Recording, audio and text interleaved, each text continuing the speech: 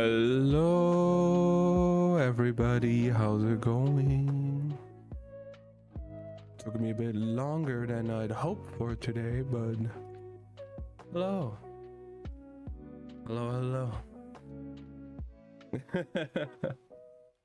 I hope you're having a great Sunday so far.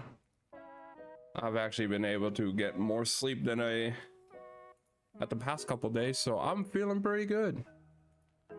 I'm feeling optimistic we can get through a bunch of stuff of the book today compared to last week.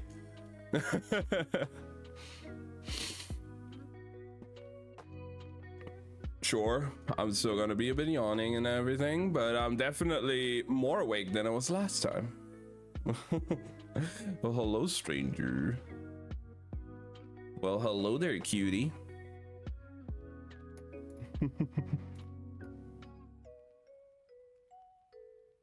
I hope it's not too stressful for you yet, Crystal.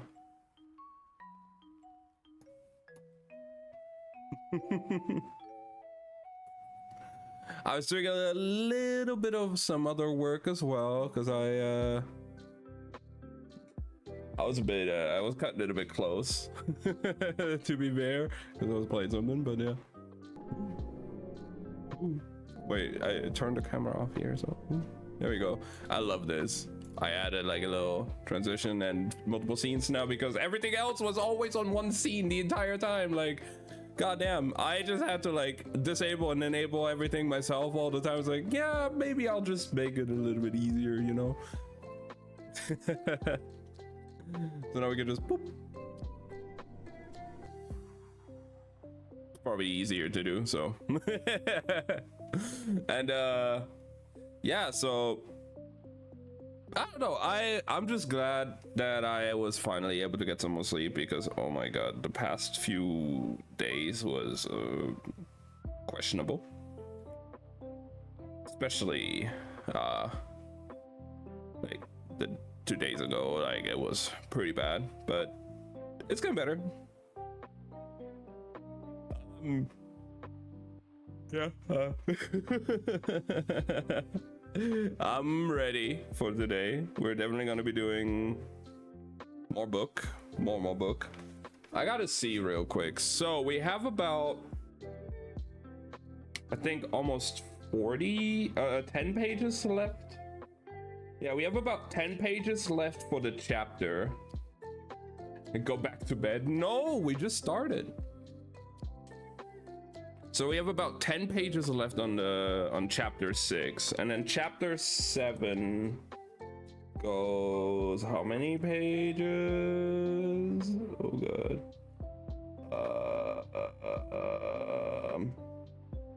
Oh, this might be a long one, guys. This might be a long one. Okay. Oh. It's about 40 pages. It's fine.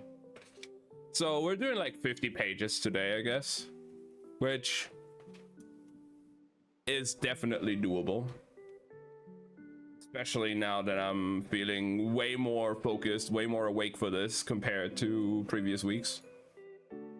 50 pages is easy work. Cut to me in like 2 hours. Guys, I'm too tired. Can we just end here? Nah, it's gonna be fun. It's gonna be fine. I might do some like Genshin and Honkai afterwards or something. When I was doing the free polls earlier from the monthly reset, I was even thinking like, man, I should have done them on stream. I should have done them on stream because of me getting Kokomi, which was insane. I did not expect to get another fucking 5-star. Like, hello. Why am I getting so many 5 stars? Oyo. Instead of giving me the 5 stars, instead of giving me that luck on characters, give me that luck on artifacts. I haven't had any good artifacts in ages. Please. I'm begging, Hoyo.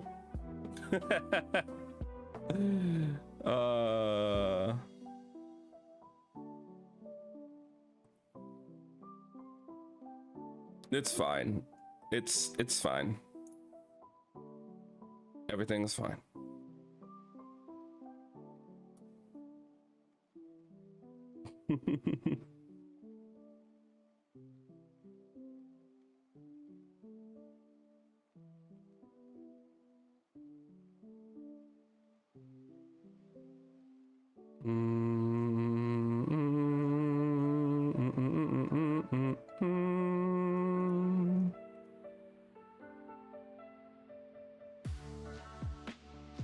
Okay.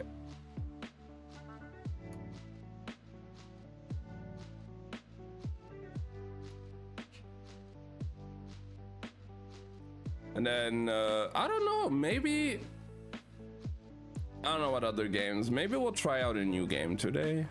I've said that like so many times already, and we haven't at all started a new game yet. But I have like 2-3 games in mind we could check out for sure. I would like to try. We'll get there. We'll get there eventually, guys. 100%.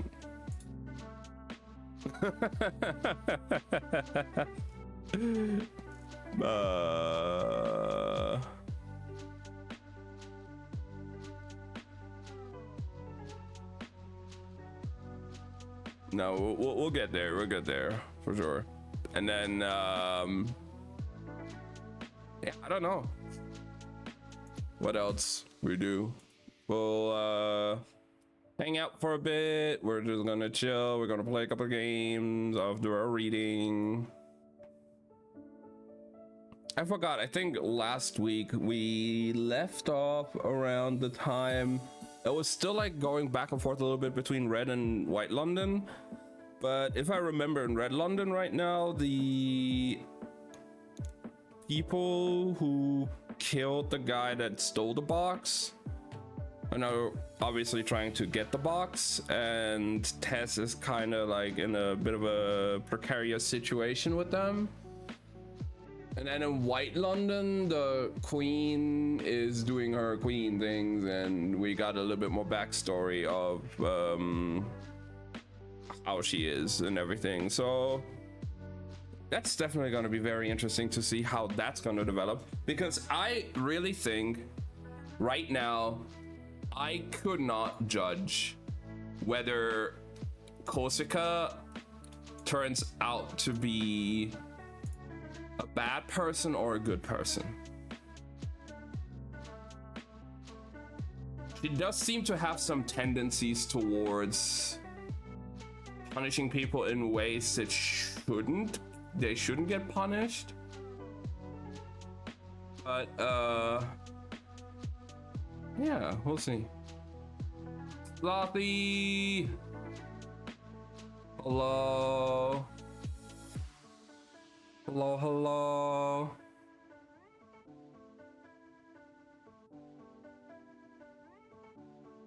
What you doing? How you doing?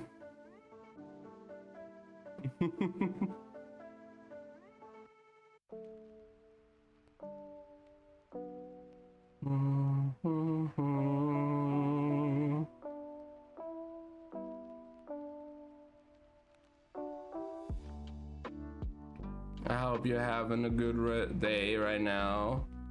Hope you're chilling.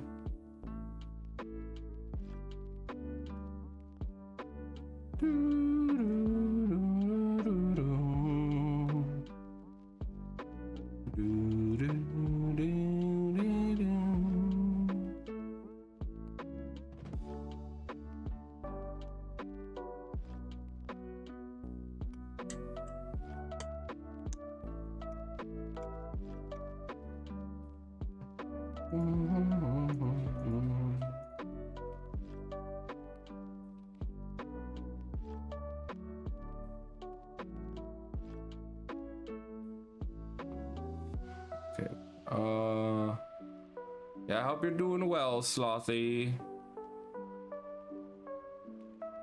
I know the last few days have been pretty hectic. Lots of things going on.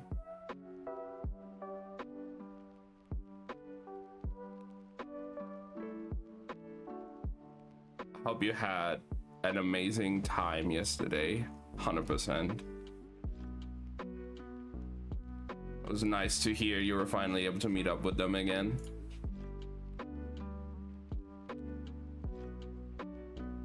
All right.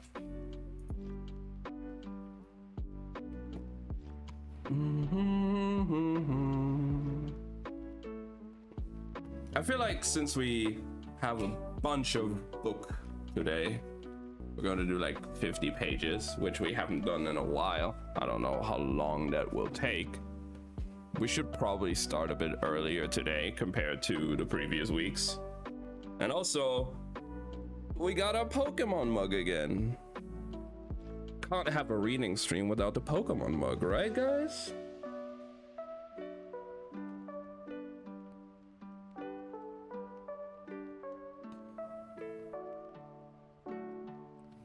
Pokemon mug for the nice cup of tea. The same tea I always do.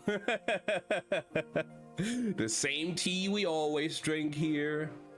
Orange and ginger with a dash of honey.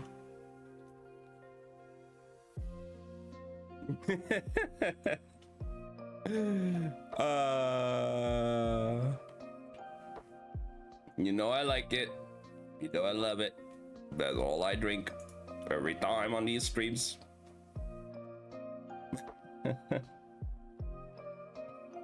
Oh my god.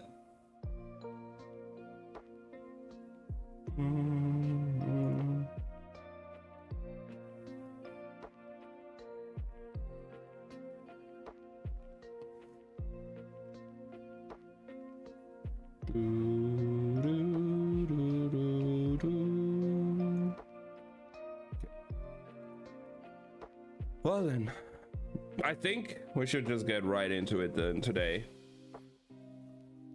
We can always take some like breaks in between, but let's see.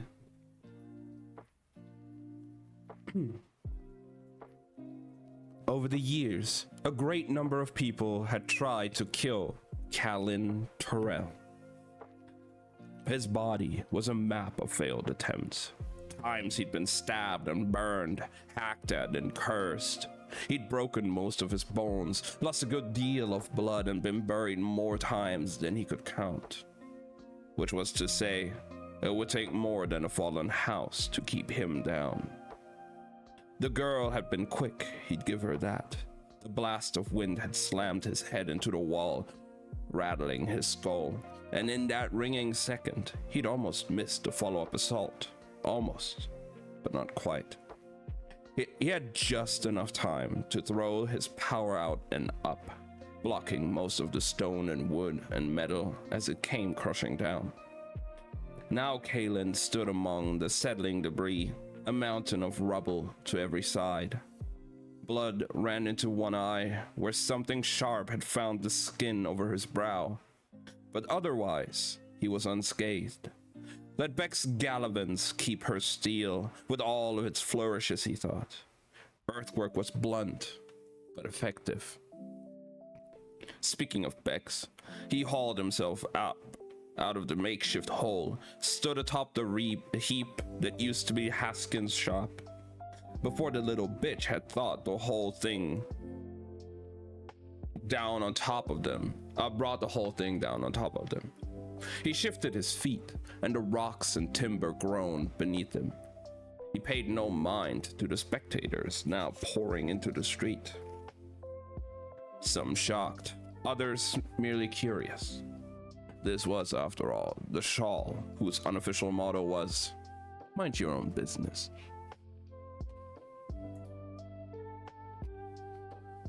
He looked around, no sign of Bex. With any luck, she was dead beneath the wreckage. Not that Callan ever had much luck. He turned, scanning the buildings to either side, the alley and the road, and caught a twitch of movement, a girl-shaped shadow sprinting away into the dark. Callan smiled, blood and dust in his teeth. He'd always been fond of the hunt. He leapt down from his perch atop the ruins and landed hard, boots hitting the stone road. More blood dripped into his vision, and he wiped it away. The cut in his brow was deep. It would scar. One more mark to add to the tally. Kalen drew a blade from his belt and started down the road. Tez wove between the buildings in the dark. She knew the Shawl better than the rest of London, knew it as well as anyone could when they weren't born and raised among those narrow streets, knew it was a different place at night. The roads were always narrow, a warren of alleys, few wide enough for a carriage or a cart, but in the dark, those winding streets blocked out the light as well. Here and there, the aisles' red glow tinted rooftops crimson, but no river or lantern could truly push the shadows back. Luckily for Tez and her strange eyes, the threads of power shone so bright that no place in the world was ever truly dark. But her feet were clumsy with panic, and unlike the rest of the city, the Shawl didn't sleep at night. It came alive as the sun went down. Despite the heavy dark, or perhaps because of it, Tez twisted her way through a midnight market, avoiding half a dozen low-lit stalls, only to collide with a group of bodies as they spilled out of a tavern. Apologies tumbling out as she pushed past, Varese still shoved in her pocket, and a broken doormaker bundled against her chest. The roads in the Shawl weren't straight, lines so much as circles. Hi, Slothy. Funneling you deeper in instead of out. As if the Warren didn't want to let you go. And while her head filled with the single pressing need to run, her feet could only carry her so fast, so far, and she needed to get away. Not just out of the Shawl or even London, but somewhere no one could follow. And that was how she ended up kneeling in a darkened, dead-end alley, the bundle open on the damp ground, the disassembled doormaker filling her vision. Wait! Yo, B, on your other account, thank you for the follow. I appreciate it. Welcome in. I hope you're having a good day, B.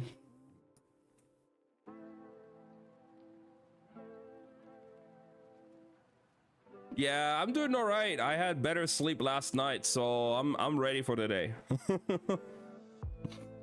How's it going? How's it going? No, wait, is she? Oh my God, is she gonna repair the doormaker and flee to White London? Come on, come on, come on, she whispered as her hands flew over the threads. She suddenly wished she hadn't done such a thorough job taking it apart, but she'd always had a good memory for patterns once she'd made them work. Didn't make last stream. How's the book going? It's going great. You didn't miss much last week. I was pretty tired. We didn't even finish a whole chapter. So today we finished the chapter. Well, we will finish it and then probably do the next chapter as well. But yeah, it wasn't too much you missed. Yo, Angel, we're at the end of chapter 6. And then we're gonna do chapter 7 today as well.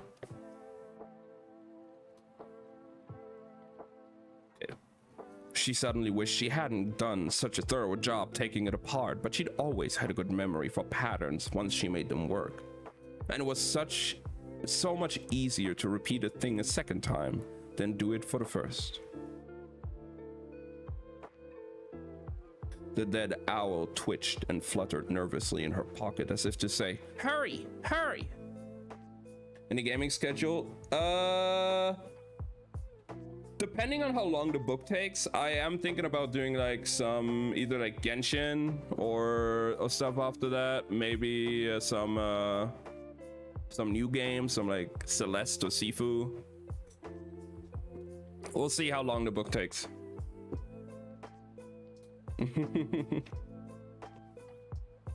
How was the rest of your day so far though, Slothy? Sifu, did you say? Yeah, I have it installed, but I've never tried it yet.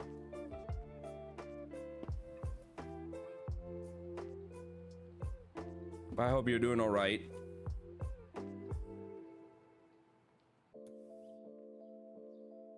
All right. I know, Varys. I know.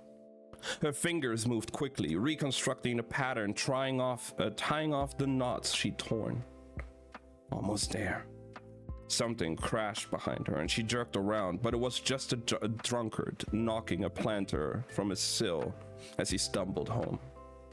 A few seconds later, a window slammed closed overhead. This time, she didn't jump. Love to see some Sifu? Yeah, maybe. We'll see. Nor did she look up when she heard the footsteps trudging past the alley. Not until they slowed and stopped. Well, well, said a voice like a mouth full of rocks. Tess's hand slid from the box as she turned to face him. Kaelin stood at the mouth of the alley, the green of his magic lighting him better than a street lamp, glancing off the dagger in his hand, the lank hair plastered to his face. You ever tried sushi? Yeah, I like it. It's pretty good. The first time I had it though was in a shopping mall, but one of the like sushi stalls there, and the sushi consistency made me gag. The taste was good, but the consistency was like really weirdly rubbery, and it was awful. I didn't like it.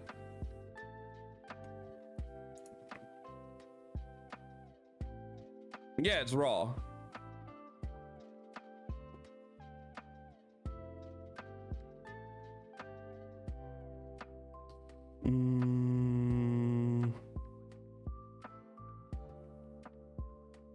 Dust and debris clung to his shoulders, and blood dripped from his temple to the corner of his mouth.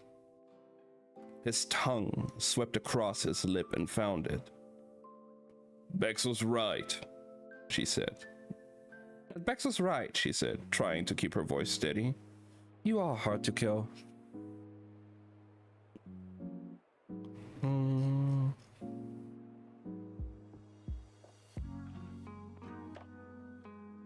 I mean, go for it, Angel. You can try it.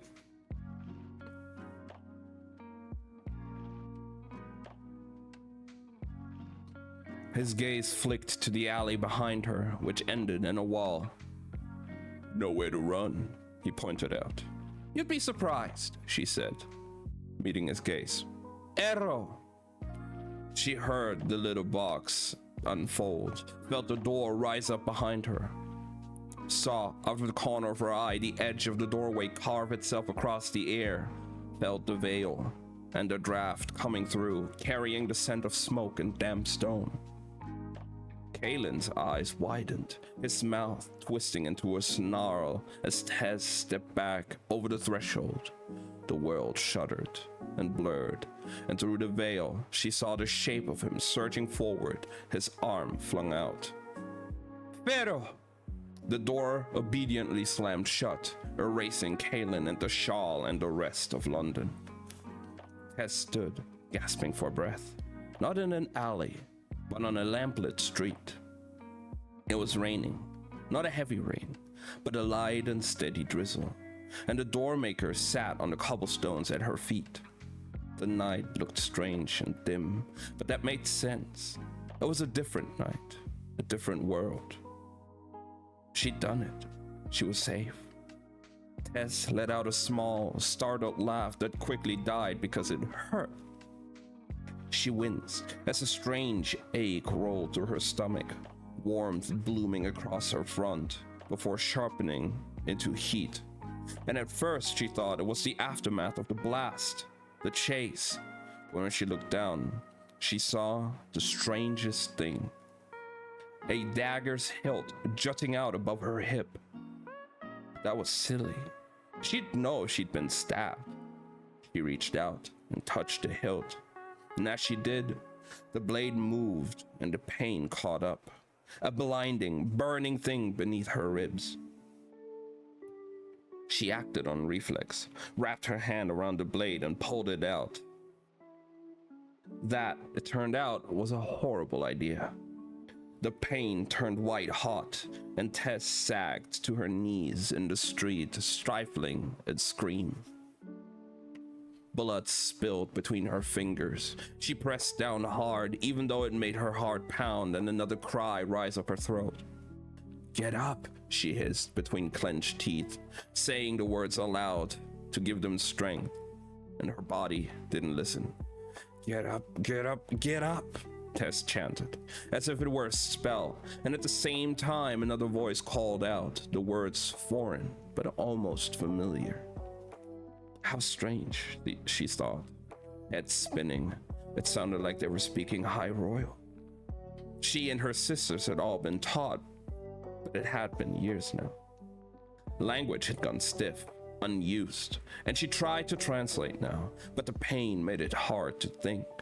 The voice shouted again, and this time she swore she could make out the last word. Street. And then another sound, much closer. This one she recognized as the clatter of hoofs, and Tess looked up, just in time to see a horse and cart barreling toward her in the dark. The driver yanked on the reins and the horses reared, turning hard, and the cart wheel broke, and the whole thing began to fall toward Tess and the doormaker on the ground. Her limbs came to life and she swept up the box and dove out of the way just before the cart crashed down, splintering wood and spilling crates into the street where she'd just been. Somehow, Tess kept moving. She half stumbled, half ran, trying to put distance between herself and the crash. Made it half a block before the pain in her side dragged her to a stop. She sagged to the curb beneath an awning, one hand on the doormaker and the other on her wounded side. She squeezed her eyes shut, trying to think, but her thoughts were sluggish, slow to answer. She opened her eyes. Her vision was slipping, darkness creeping in, or so she thought, until she realized why the night light looked so strange. There were no threats, not in the rain, which should have shimmered with strands of pale blue light, not in the lamps, which should have been shot through with tendrils of yellow, not in the road itself, which should have been woven with strands of earthy green. Wait, is she in Grey London instead of White London? Because I think the first time she went through, she was in White London. Is she in Grey London now?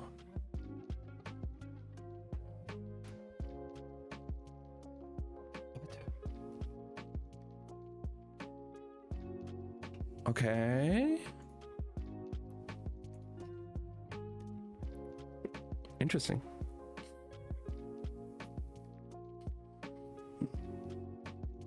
In fact, the only threads she could see were the ones coiled around the doormaker or spilling down her front, each drop burning with a filament of crimson light that faded moments after it fell. A world without magic. It might have been a nice reprieve if she weren't dying. No, she told herself, not dying. Not yet.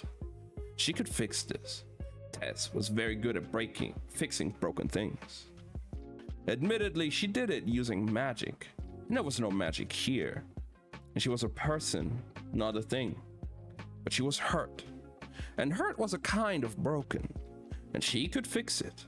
She had to. The owl in her pocket was fluttering nervously, and she was glad at least that he still worked. Glad she wasn't alone. Even if the movement of skeletal wings against her wounded front hurt enough to make her stifle a sob. She needed to stop the blood. She knew that much. Close the wound, quiet the pain. The streets were lined with shops. Perhaps one had something she could use. It seemed like a lot of work. Tess wanted to close her eyes again, to rest, just for a moment.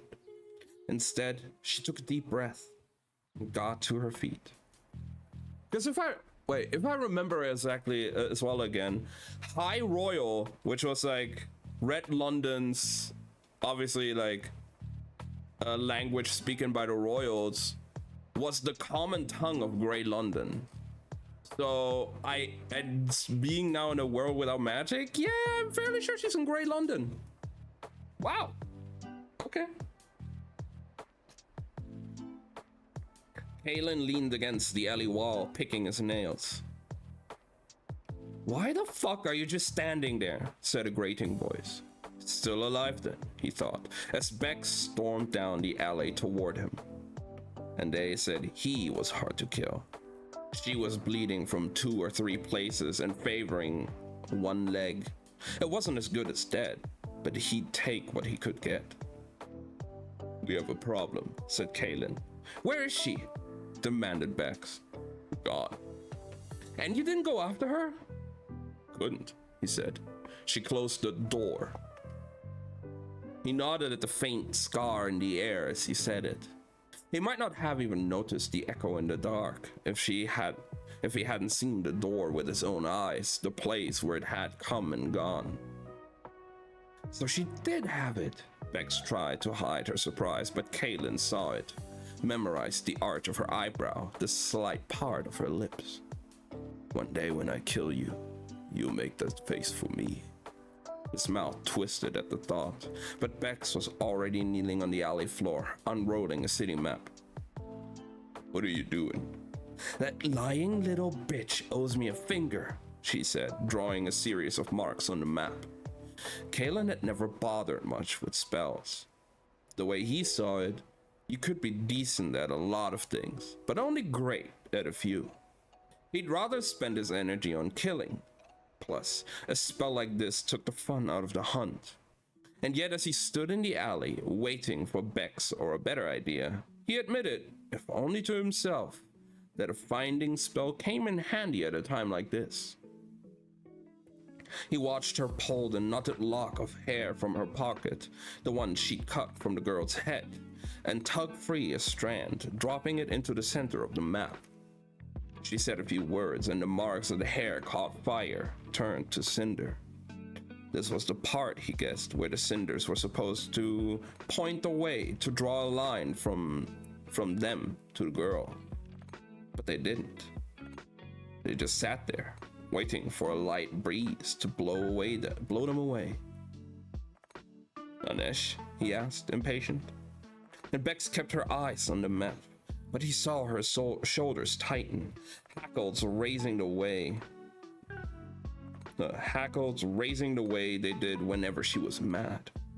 Normally, he would have savored it, but his head was beginning to ache where it had met the shop wall, and he'd lost a perfectly good knife. Bex was muttering to herself. Well, he asked again, and Bex sighed. For once in your life, you're right about something, she said. We do have a problem. She looked up.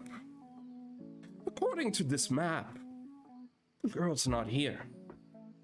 Obviously, he said, gesturing at the empty alley, but Bex was already shaking her head. She's not just not here, you mindless lump of coal. Bex swept the ash from the map. She's nowhere. It's like she doesn't exist. Maybe you're just shit at spells, offered Kalen. Or maybe I killed her. He had seen the knife go in right before the door slammed shut. Beck shot at him a dark look. Let's hope, for both our sakes, you aren't that stupid. She stood staring down at the blank map for a long time. Fuck this, she muttered, shoving it past him. As she did, she made a half-hearted attempt to slide a dagger between his ribs. Kalen knocked the blade away. Where are you going?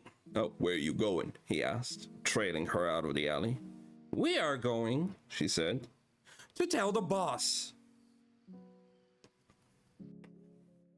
And that's the end of part 6 of chapter 6. Wow. I mean, I'm very glad that Tez was able to repair the doormaker and flee, but what the fuck? She's now in Grey London. What is she gonna do there? Holy shit. That's crazy. Alright.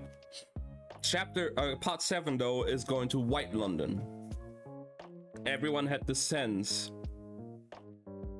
to let the queen go, except of course for Nasi, who trailed her up the spiral stone stairs until the hall below was out of sight. Kosika wasn't in the mood. "Go back," she said, as she passed the first landing. "I'd hate for you to miss the party." "You did not have to scare Reska like that," said Nazi. "It was petulant and small." Kosika rounded on her friend, the air tightening around them both. She hadn't even meant to conjure it. Lately, things had begun to follow the shape of her mood, the curve of her temper. Nazi stiffened, sensing the change, but unlike the Ver, she didn't retreat. Instead, she continued up the steps, stopping on the one just below so they stood eye to eye. She studied the queen's face. "Why are you so mad?" Kosika's gaze dropped to the stairs, the sounds of revelry rising from below. "The people down there are opportunists, following the current. Half of them knelt to the Danes before they knelt to me." Nazi shrugged. "If you punished every soul who bent their head as evil past, there would be no one left to follow you. There's a difference between fear and devotion." "Devotion?" muttered Kosika, sagging against the wall. "Forgive me if I'm in no mood to be paraded through the castle like a puppet." Nazi quirked a brow. "Last I checked, you had no strings. You cut them all away." "Then why do they still treat me like a doll?" "They treat you like a queen," countered Nazi, huffing in exasperation. "That is what you are, the symbol of their strength, the power that restored the world." "It is Holland Vosik's power. They should pray to him." "Holland Vosik is dead," said Nazi grimly, "and you are not." She stepped close, laid a hand on the shoulder of Kosika's blood-stained cloak.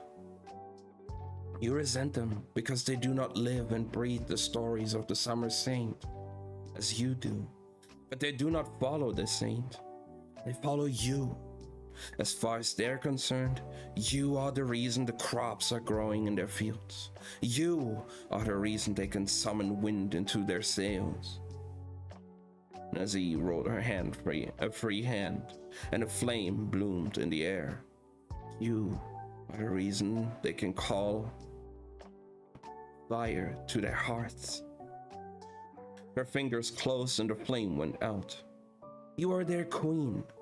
And tonight they celebrate, but today they bled because you willed it. They bled because it serves them. It serves us all. Isn't that the point?" Kosika looked down at her own hands, crusted in blood. "And if the magic dried up again, if the power bled out of the world, would they still follow me?" "Oh no," said Nazi cheerfully. "Then they would surely turn on you." She could say such a thing with lightness in her voice. "This is London after all.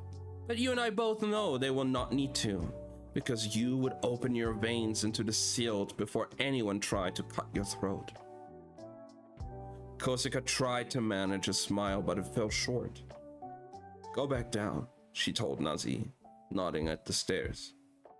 "Hi, Sable. How are you doing? I hope you're doing good."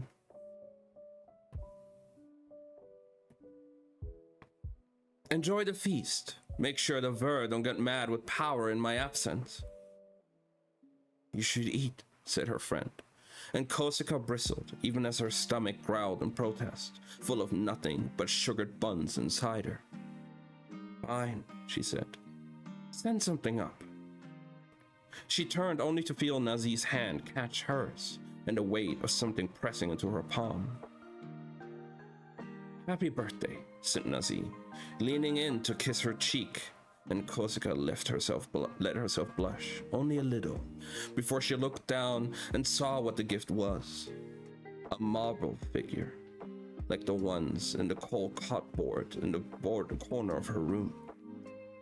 Kosika knew the rules now, had even beat Nazi half a dozen times. The figure was modeled in the game's most important piece, the single faceless king. Only this wasn't a faceless king. It was a queen. It was her. From the white cloak to the braided crown to the eyes cast in gemstone, one light brown, the other solid black. Her spirits lightened as her fingers curled over the token. She looked up to thank Nazi, but the girl was already vanishing down the spiral steps toward the noise and revel of the feast. Korsica turned the talisman in her hands as she continued up to her room, past the second landing and the third to the royal tower, past the 2 guards posted outside her door. At last, in the quiet, she shrugged off the blood-stained cloak and pulled the jeweled pins from her hair, leaving the finery laid out like a ghost on the bed. She passed the silver ash tree that grew in the center of her room, brushed her fingers against the bark on her way to the game board that waited as it always did on its low round table. She sank onto a cushioned stool and the game was set, each king with a wall of soldiers in front, a set of priests behind. Korsica took up the silver and white king, faceless beneath his crown, and then dropped it in the drawer and set her own piece in its place. Her fingertips were tracing her stone features when someone moved in the room behind her. "Korsica," said a voice, low and smooth. She turned, and there he was, dressed in charcoal, one hand on the post of her bed and the other on the stained cloak. His long fingers, as graceful as they'd been when she curled them around the single sugar cube in the silver wood. "Hello, Holland."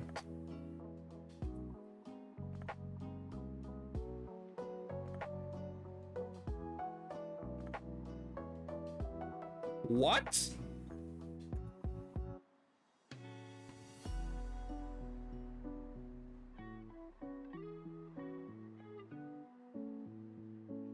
If you've had the chance, probably like what we've been reading all so far, like a fantasy novel. But also, what? Holland?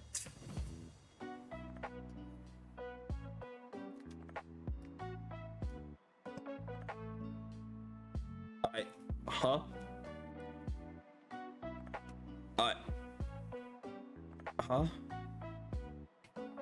Huh?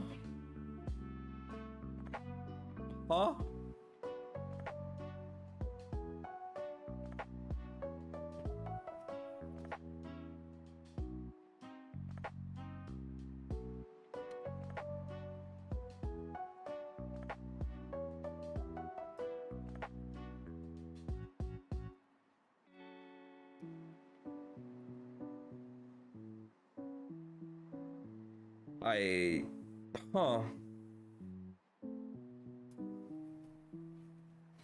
Also, by the way, that's the end of the chapter.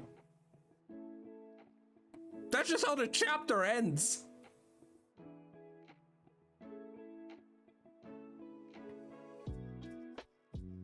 Nah.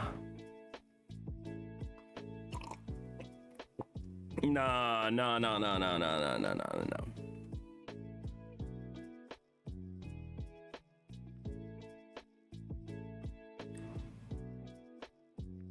That is crazy. So either Holland is actually back, or it's her imagination imagining Holland. Because Holland fucking died in the 3rd book.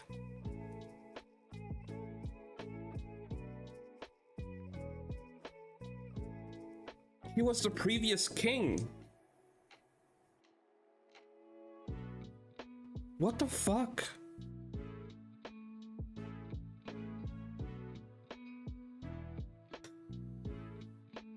Okay, I guess we're rolling with that now. Time for chapter 7 then. The hand that holds the blade.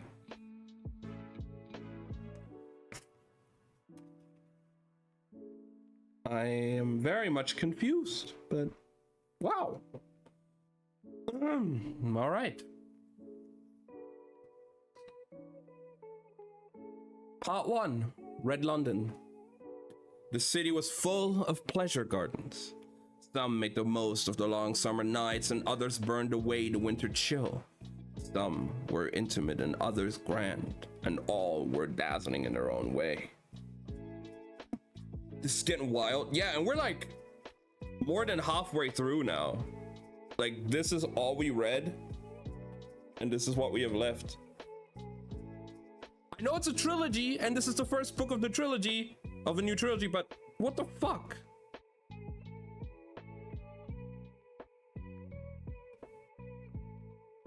No, it's gonna end same. Okay, some made the most of the long summer nights, and others burned away the winter chill. Some were intimate, and others grand, and all were dazzling in their own way. But a few held a candle to the Vale. Like the rest, it catered to a wealthy clientele, and was known not only for its luxury, but also its discretion, welcoming patrons with a wall of polished masks to don as they came in. But unlike the others, it had no grounds, no walls, no roof, no roots. Instead, the Vale descended on a different house each night, and only its most devoted members knew where it would bloom. They're gonna leave us on a cliffhanger, but the things are going so far, I can feel it. I can imagine that, yeah. Because book 1 and 2 of the previous trilogy of this universe also kind of ended on a cliffhanger. Thus, its size and shape varied with the nature of its grounds. That was indeed part of its appeal. Sometimes the venue was large enough to host a ball. Other times, it was little more than a network of narrow rooms and curtained alcoves. It was a traveling circus, a fluid festival of fine wine and scented smoke, and every day, by dawn, it was gone. The staging changed, but the rules stayed the same. The servants of the Vale were set apart by golden masks, while the patrons were ones that were either solid black or solid white. There was a sea of faceless faces, and while most were engaged in one form of debauchery or another, some stood apart, choosing to watch without the fear of being watched, while others enjoyed the privacy of the Vale afforded.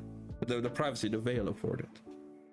It wasn't strange to pass a set of figures on the stairs. Their covered faces bowed close in talk instead of wont, or a handful of seated around a table, discussing forbidden magic or foreign trade. Or a room reserved not for applauding one's enjoyment, but the downfall of a king. A gold mask was hung on the door to show that it was being used, and in the space beyond, 2 guests sat waiting for the third. One's mask was black, the other's white. "He's late," said the first, his features hidden behind the onyx guise, his scarred knuckles shining as they tightened on a pipe. There was a pale mark around his thumb where a piece of jewelry had been removed. He was a large man, and when he reclined, his broad shoulders filled the high-backed chair. The mouth of the pipe vanished beneath his black mask, and a moment later, smoke plumed around its edges. "Remind me again why we bother with him?" Second guest, her own face hidden behind a bone-white mask, inclined her head. She was slight, her body curving with the contours of the chair in which she lounged. "All tools have their uses." She crossed her legs. Speaking of, where's this Persalis of yours?" "On its way." Behind the mask, she pursed her lips. "The next meeting is tomorrow night. If you don't have it by then, the hand won't be able to."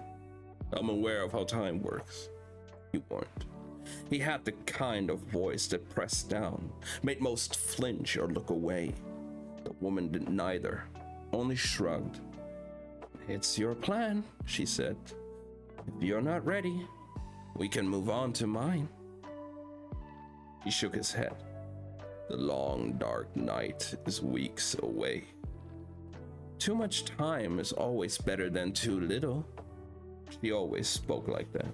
It seemed in sculpted phrases, her tone as smooth as river stone. The man said nothing. His gaze flicked to the clock against the wall. It would make no sound until the veil drew shut at dawn, which was still hours off.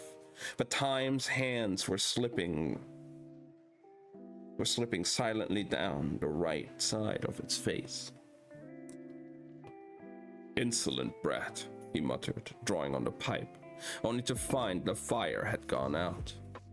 The woman held out her hand, producing a delicate tendril of flame, but he ignored it, rising to his feet to approach a lamp instead. As he inhaled, the door flung open on its hinges, and the third member of their party strolled in, more a tumble than a stride, though it was hard to tell if he was drunk or simply in good spirits. His gold mask shone from the pointed chin to the spokes that curled into burnished hair, but his clothing was rumpled and askew, as if it had been abandoned for some time and only recently resumed. "Apologies," he said, a bottle in one hand and 3 glasses in the other. "I was detained a moment on the stairs. Business, you understand," he added, gesturing to the room and the veil, which both belonged to him. The master of the veil filled the glass and handed them to his guests. The man in the black mask took the drink. The woman in white waved it away.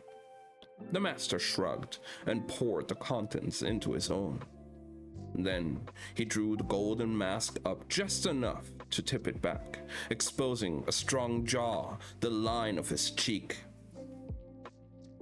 They knew each other's faces well by now, and yet the first and second kept their own masks down. "Are we all set?"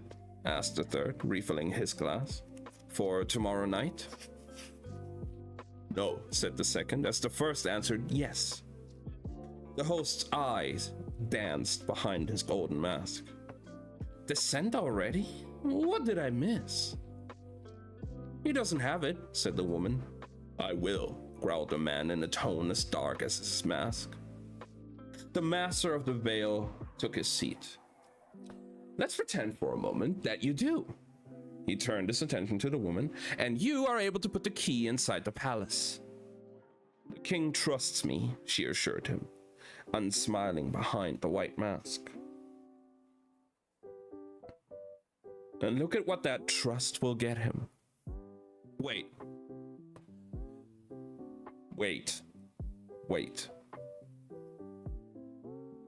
Crack shot theory, absolute wild theory, probably not what's going to be happening, but if I'm calling it now, I'm fucking calling it.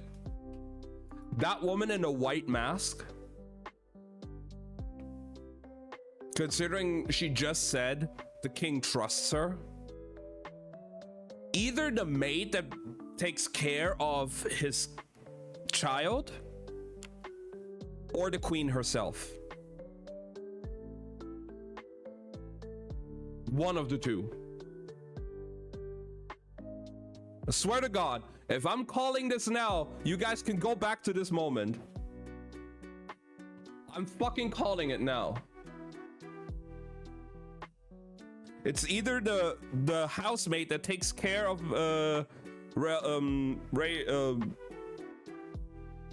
I just forgot the fucking king's name. Rai's daughter, or it's the queen herself. I feel like something is up. Mark my words, guys. I'm betting on the queen, honestly. Yeah, the queen has been pretty weird, for sure.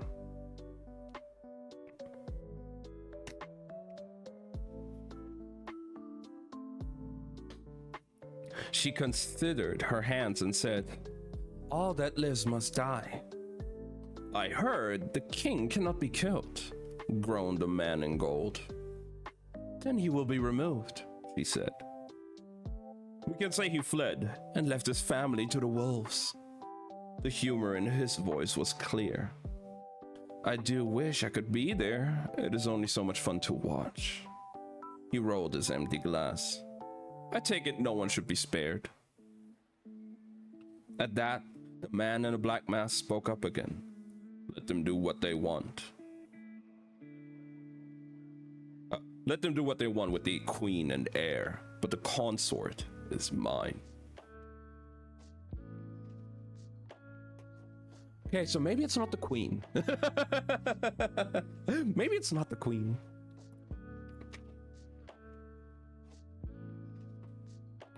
It would be cleaner, began the woman, to let them... I don't care, he cut in, fist clenching. The Persalis will carry them beyond the palace wards. They will slaughter the household, incapacitate the king, and bring Alucard to me. He turned on the last member of their group. Are we clear, boy? The master of the veil sat back in his chair, his eyes hidden behind the glittering gold mask. You mistake your host for a servant. A servant would be useful. The man in the gold mask rose, and as he did, the spiritly humor melted like candle wax, revealing something hard beneath. Do not forget, old man, the Persalis might be your idea, but the hand were my invention. You make plans that crumble under weight, but I make weapons that will hold. And they may be blunt, but they are ours to wield. They will cause their havoc. They will take the credit and the blame. And then, when the Maresh are all dead, and the throne is empty and the city is reeling, looking for guidance, their host spread his arms. We will be there to guide them. We will hunt down the vile servants of the hand, deliver them in the name of justice, and then we will not have to take the throne. It will be given to us. And when that happens, I want you to remember which of us was most useful. He tossed a coin onto the table like a patron paying for a drink.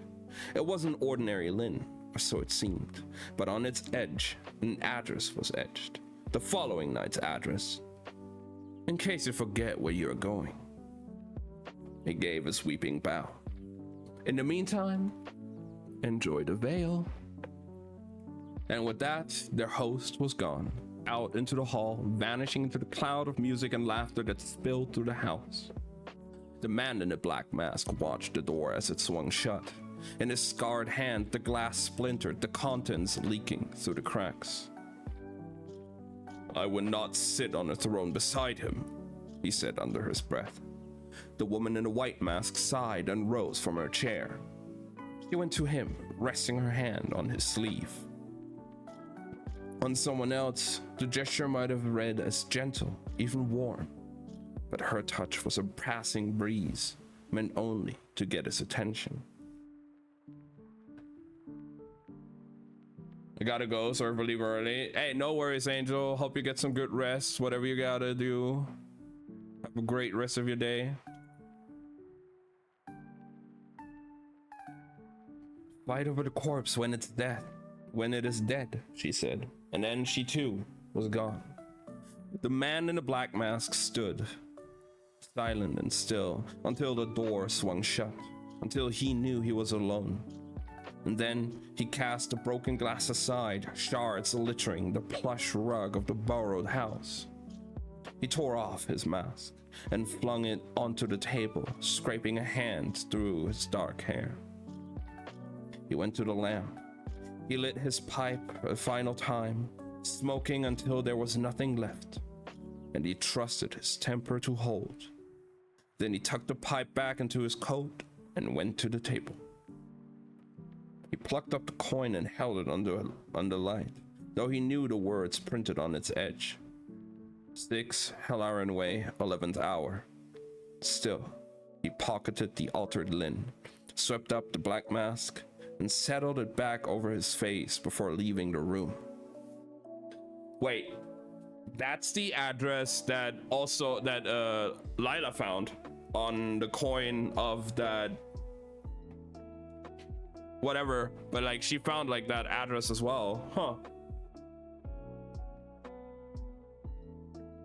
I guess that's the gathering spot for them tomorrow to go through with their plan.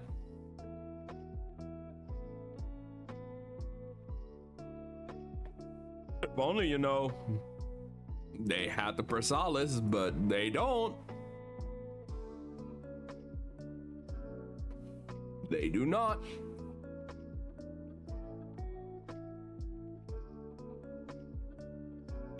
That one's in a completely different world right now.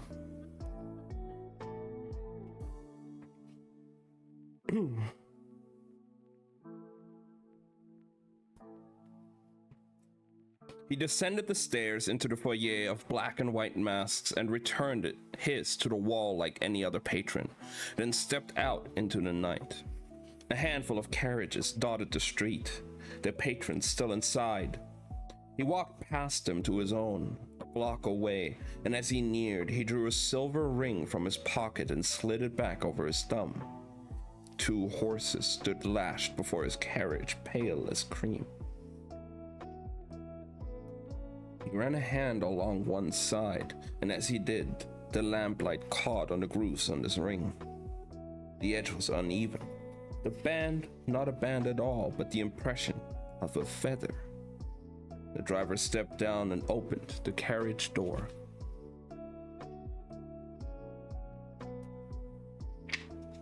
The interior was a lush and midnight blue.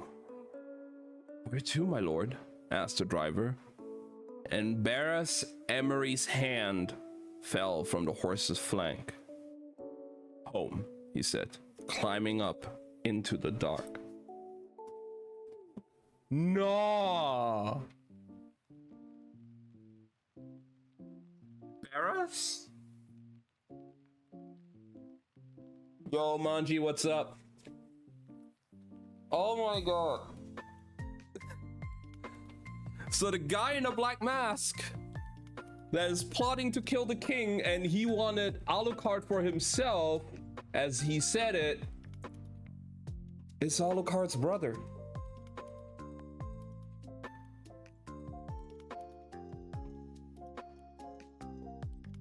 What the fuck is going on here? Oh. Okay, we're now jumping back 7 years. Everything hurt. As the carriage rolled along, every rattle and bump made his body tense, his muscles cringe. Barras Emery sucked in a breath, let it out through his teeth. He could feel the bruises blooming across his chest, along his ribs, the ache taking shape at his jaw and his skull. The worst of it, at least, was hidden beneath the tunic, with its high collar and long sleeves. A noble's garments hiding a fighter's form. Only his hands showed the damage. His knuckles were raw, blood seeping through the bandages that wrapped them. He had won the fight. These days he won them all. 19, and they roared his name when he entered the ring. Of course, there were no arenas constructed for matches like these, no tournaments attended by Vestra and kings.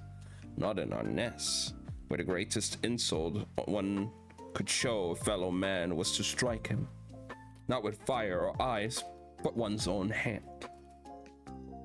It was base, they said. Brutal. And they were right. They were not elemental games, graceful bouts adorned with magic. The very use of magic was forbidden. The buildings warded to keep it out as it should be. A man did not choose his magic. It was a gift, a luck-made thing. But a man chose what to do in his absence, when there were nothing but flesh and bone and brute force. The will to get back up, to keep going. That was a different kind of strength. The carriage pulled through the gates of the Emery estate, and Barras took a last low breath, steeling himself. The servant opened the door and he stepped down and crossed the stone drive, his back straight and his head up. He would not let the pain show. And he didn't. Not as he climbed the steps, not as he slipped inside, not as he peeled off his coat and tossed it to a servant and strode down the hall. There were tonics and tonics and balms he knew to smooth the cuts and ease the ache, but they would soften the skin as they healed it, and the next time he struck or was struck, they would hurt just as much. No, better to let the skin harden, the tissue scar. The study door stood open, a handful of voices spilling out. His father clearly holding court. Barras didn't dare stop, but he slowed down to pick up pieces as he neared. 8 years old, and not a drop of magic. The Antari follows him like a pet. Maxime should be ashamed. A son so weak. And then Barras was passing the door. He saw 3 men with their backs to him, but his father sat as he always did, facing out. Raison Emery didn't pause his speech, but his eyes latched onto Barras. They dropped to his hands before cutting away, his attention returning to his guests. Barras kept walking, the pain replaced by something worse. He was tall and broad, the picture of strength, while his father was old, sinew on a shrinking frame, and yet Raison could still make him feel small with a single blue-eyed glare. In that moment, he missed his mother, dead 6 years, missed her cool touch, her gentle voice. It was a weak thought, small and soft, and he clenched his fist until the injured knuckles wept and continued down the hall. Quiet laughter trickled out of the sitting room. There was a fire in the hearth, and before it sat Alucard, his back against the sofa and an empty pitcher at his side.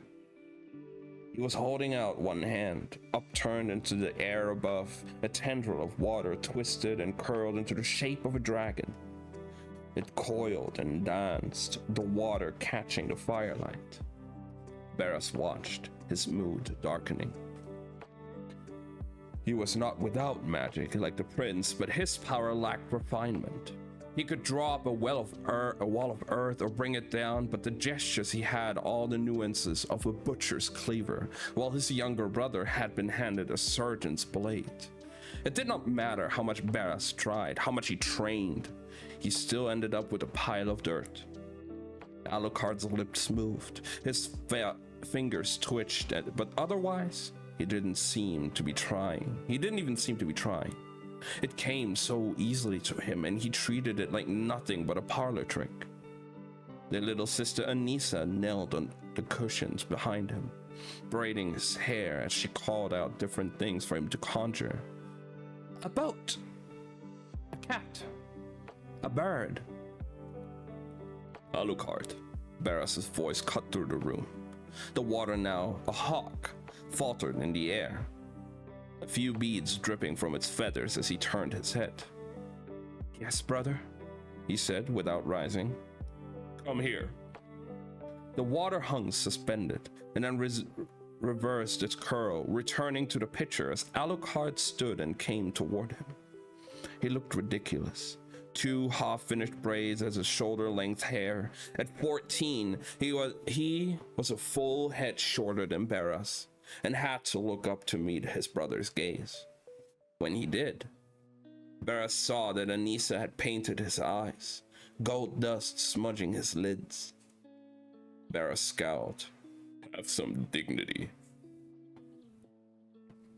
Alucard flashed an impish grin. Sounds dull. You look like a fool. Yes, well, you look like you got your ass kicked. Barras's fist slammed into Alucard's stomach. He heard the ribs crack, felt them splinter as his brother sank to his hands and knees, retching. Anissa screamed and rushed forward, throwing her small body over Alucard, saying, No, no, no! The table and chairs rattling with the force of her displeasure. 6 years old and already flush with magic. The sight of it made Barras bristle. Alucard dragged in a breath of air and said, "It's all right. I'm all right." He put a shaky hand on her small shoulder. "Go upstairs now." Anissa's wide eyes flicked between her brothers. "Go," barked Barras, and Anissa fled the room, bare feet pounding down the hall. Alucard was still on his hands and knees, trying to catch his breath. Barras waited, watching as he dug his fingers into the floor and rose, slowly, blood slicking his teeth. He swallowed. "Do you hate me so much?" Yes, thought Barras, the word rising like bile in his throat. He hated Alucard for having so much magic. He hated Alucard for being soft. There were tears in his eyes when he looked up, and Barras hated him for that too. The way he let them roll down his cheeks, the emotion that flooded his face. He hated Alucard for not hating himself. And Barras's sore knuckles cracked as he clenched his fists. Someone had to teach him. It was his job, their father said. He was the oldest, the example. If Alucard was weak, it was because Barras had failed to make him strong.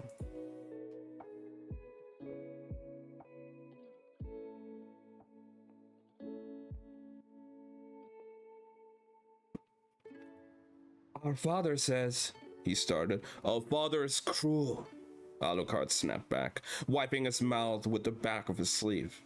"He was mean before Mother died, and he is meaner now. Why must you follow at his heels?" "This is what it means to be a son." "No," said Alucard. "That is what it means to be a shadow." Barras towered over him. "Do you know what it means to be an Emery?" "I thought it stood for pride and honor," said Alucard, scrubbing at his tears. "But apparently it means one is a raging dick." Barras struck him again. This time, Alucard at least put up a fight. His hand flew out, and the water in the pitcher surged to him, froze around his forearm as he brought it up to block the blow. The ice shattered with the force of Barras's fist and knocked Alucard to the floor again. Anissa reappeared, tugging on their father's arm, trying to pull him into the room to make him intercede. But if she wanted help, she should have called a servant. Rezan Emeries only stood there, watching. His eyes skated over Alucard as if he were invisible and went to Barras, landing on the blood that wept from his ruined knuckles. "Well," he sneered, "did you at least win?" Barras met his father's gaze. "I always do."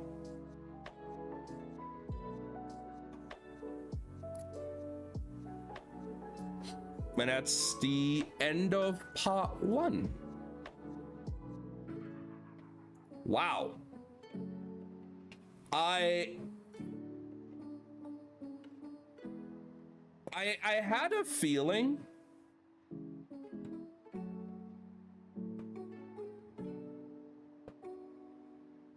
I had a feeling that the person behind the black mask was related to Alucard, I guess, because he wanted Alucard for himself. I just didn't expect it to be his fucking brother. But okay. All right. Part 2. We're going back into the present. Moonlight spilled into the royal chamber, mixing with the aisle's glow. It cast thin fingers over the bed, over Rai's shoulder as it rose and fell.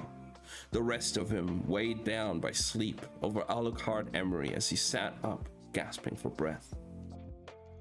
It was just a dream, he told himself over the angry hammer of his heart. Just a dream. But that was, of course, a lie. It was a tangle of memories of brutal moments wound together into nightmare. It was his sister burning from the inside out. It was iron chains in the belly of a ship. It was Barras breaking his bones while their father watched. Alucard looked down at his hands where they gripped the sheet, forced his fingers to release their hold, frowned when he saw that they were shaking. He flung off the covers and rose, reaching for his robe, shivering as the silk kissed his bare skin. The nightmares left him feeling raw, old wounds reopened, nerves exposed. He could feel sleep retreating like a tide and knew he would have to swim to meet it.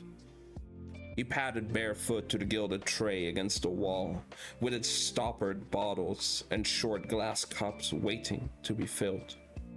He could have lit a lamp, but the truth was, he had made the tincture for rye so many times that he could do it by feel, even without the glow of the river and the moon.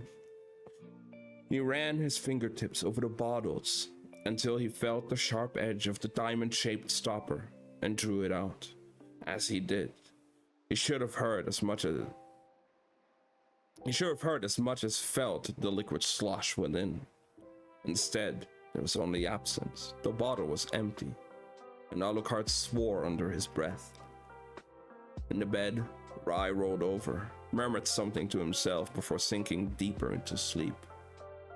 Alucard went to his side, bowed just long enough to kiss his brow, and then slipped the empty vial into the pocket of his robe, and left.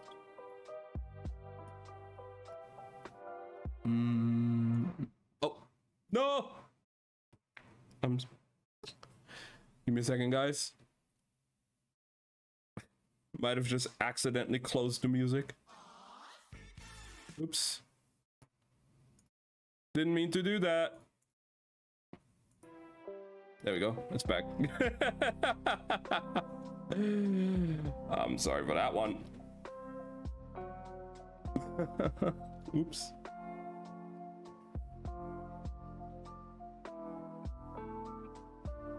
Okay.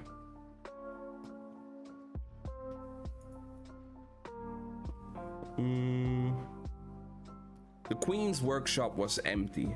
It was strange, thought Alucard, given the hour. Nadia always said the darkest part of the night was the best for getting anything of value done. Those long black hours before dawn when she could cast off the mantles of mother and queen and be what she wanted most, a Loreni, an inventor. Okay, considering what they said during the meeting, saying you can do whatever you want to everybody else, like the queen and the consorts and everything, that kind of made me think like, oh, it's probably not the queen then. But considering the queen is missing now and usually not in her usual spot again, I don't know. Another time, Alucard might have lingered to explore, but tonight, he wanted only to find his way back to sleep. The kind that fell like a curtain and brought neither dreams nor memories. He went to the chest on the far side of the room, its surface covered in cut glass vials, jars of herbs, a stone mortar and pestle. The vessels were all marked, and he studied their labels, trying to remember the exact portions of Dream's Quick and Hollow's Rude as he drew the empty bottle from his pocket. He had just taken up the first vial, was trying to decide between 3 drops and 4, when a voice behind him cut in. There's a fine line between medicine and poison. He turned and saw Nadia at the base of the stairs, a tray balanced on her hip. I thought you might be asleep, he said. At this hour? She asked, as if that were absurd. I want a tea. She sat the tray down. It held a steaming pot, a cup, and a stack of small spiced cookies. I'm sure the servants would have obliged. I'm sure, she said, striding toward him. But I have 2 legs and a passing ability to boil water. She plucked the empty bottle from his hand and shooed him away from the chest. You know, she went on, drawing the dropper from the Hollow's Root, there are times in life when it serves one to guess, and times when it does not. The small beads of liquid disappeared into the bottle. This is one of the latter. Unless, of course, you like not knowing if you'll awake. I would prefer it, he said as she returned to Hollowsroot and reached past the Dreams Quick for a bundle of widow's work instead, dropping a leaf into the mortar. The king is going through his batch quite quickly. It's not for him, admitted Alucard. Nadia met his gaze but said nothing, only returned to preparing the tonic. He decided to make himself useful, drifted toward the tray and poured the tea, swiping a spiced cookie from the top of the stack, and he placed the cup at her elbow. Did you know that the Antari are in residence? She asked, as if making a pleasant conversation. Mm-hmm, he said around the cookie, swallowed, offered nothing else. The queen was brilliant, but her eyes took on a different light when Kel and Lila were around. She called it curiosity. He called it hunger. What brings them to London after all this time? She pressed. The hand, he said, and then continued to wander about the queen's workshop as he explained about the raid on Maurice Patrol's floating market and the stolen Persalis, and Bard's certainty that it had been smuggled here to use against the crown. He trailed off as he reached the work table in the middle of the room. What's this? He asked, studying the counter.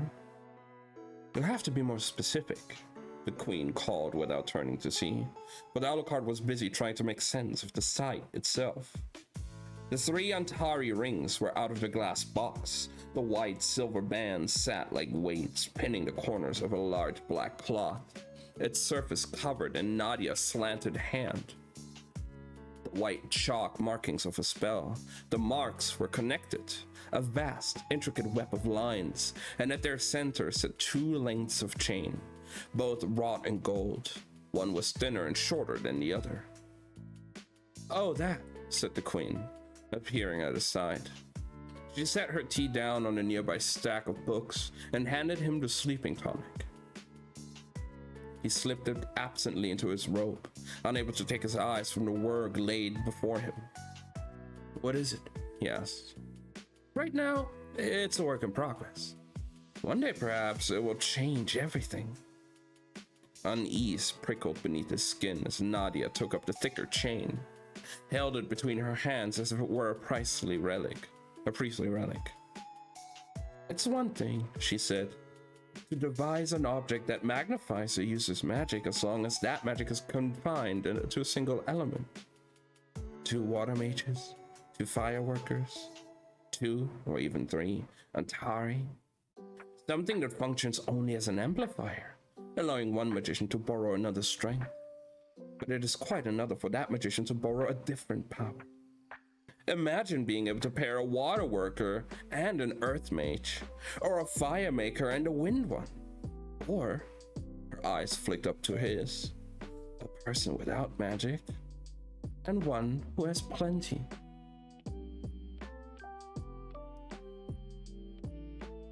What? A dark feeling coiled in his stomach. Nadia, those rings allowed the Antari to do it once, she went on. Unfortunately, as far as I can tell, they respond only to Antari, which severely limits the application. I couldn't modify them, so I had to start from scratch.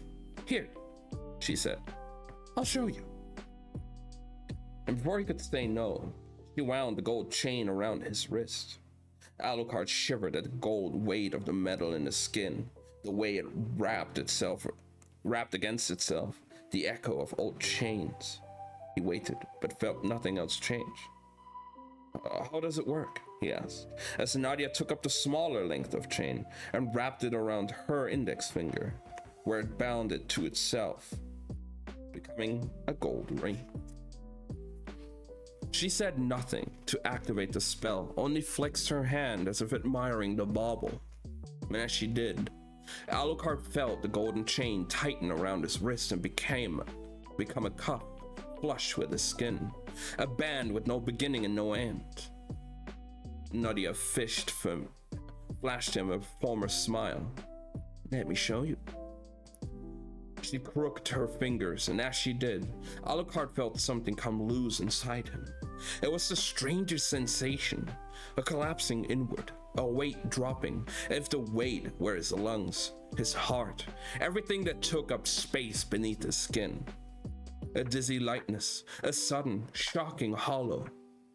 And he didn't know what was missing, what was gone, until the air around Nadia's hand began to ripple, until the teacup rose and the contents spun out, and three elements churned together above her palm: wind and earth and water. Even though Nadia had only ever been a fire worker, those were his elements, his magic. And they had been.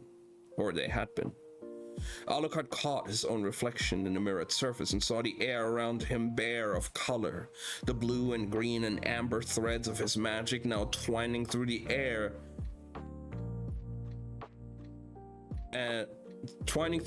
around Nadia instead, braiding with the red of her power.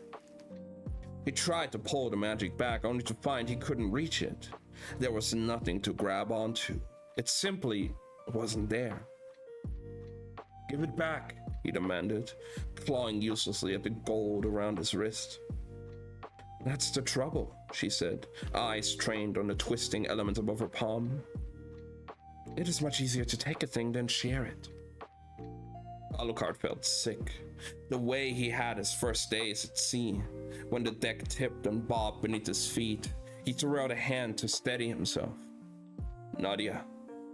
She went on, as if she weren't holding his stolen magic in her hand. Ideally, the power would go both ways, shared equally between its users. As you can tell right now, it's one-directional. She looked around the workshop. Interesting, she said. I still can't see the way you do. Nadia, stop! The words came out soft and hoarse, and her attention flicked back to Alucard as if she'd forgotten him entirely. Sorry, she said, touched the ring, and then unraveled again. The short gold chain dropping into her palm, the elements she'd controlled a moment before now crumbled and fell away. The cuff went slack around Alucard's wrist, and violently he shook off the adornment as if it were a snake, the gold rope chiming faintly when it hit the floor. He could feel his magic pour back in as if he were a vessel, emptied and refilled. It churned with a shock and anger, and for a second he was torn between charging the queen and getting as far from her as possible.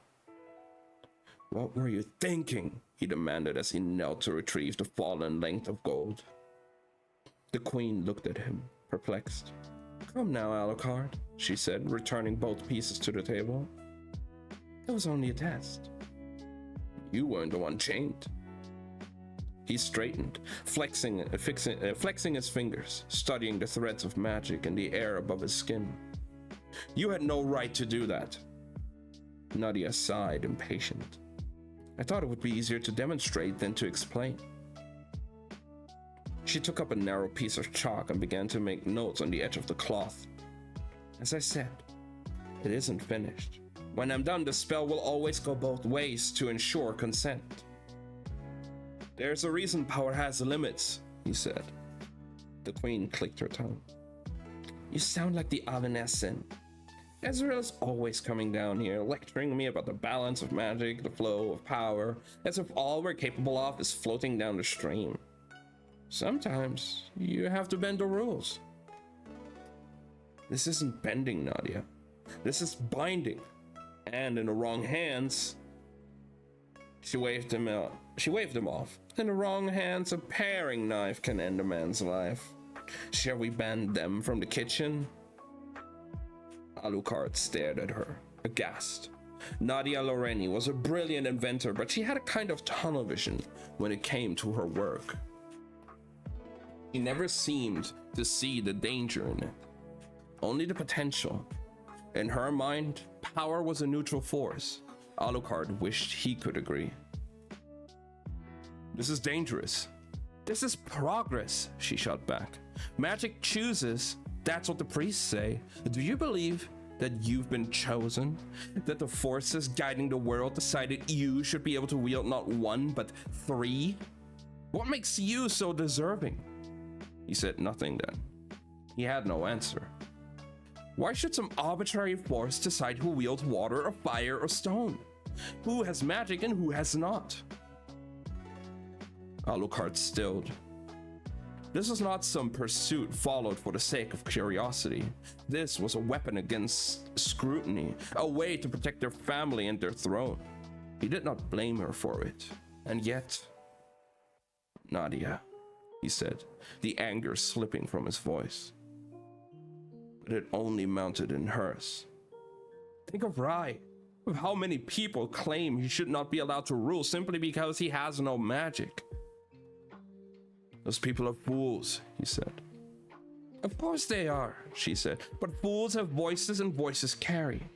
They want to punish Rai Alucard, all because magic did not choose him. We can give him power. By taking it from someone else. It isn't done, she said, exasperated. Yes, it is. Had to be, because Alucard understood that if Nadia offered Rai power, he might take it, and if he did, those people, the ones who called him weak, wouldn't stop. They'd simply have another, better reason to hate him. They would find out his magic was borrowed or stolen, the balance of the world tipped unrightly in his favor, and then, when he called for his head, they would be right. He stepped toward Nadia, set his hands on the queen's shoulders, and met her eyes. Destroy it, warned Alucard. Or I will.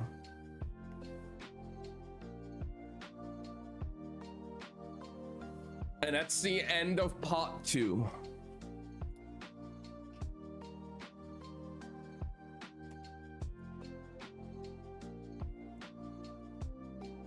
I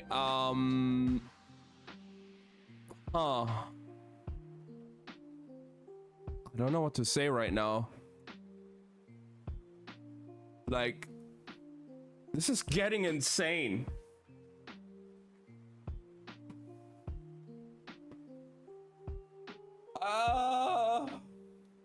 What is this? What the fuck? Okay, part 3, we're going to White London. The mindfuckery isn't stopping because Holland Vosik stood beside the tree in the center of Kosika's room.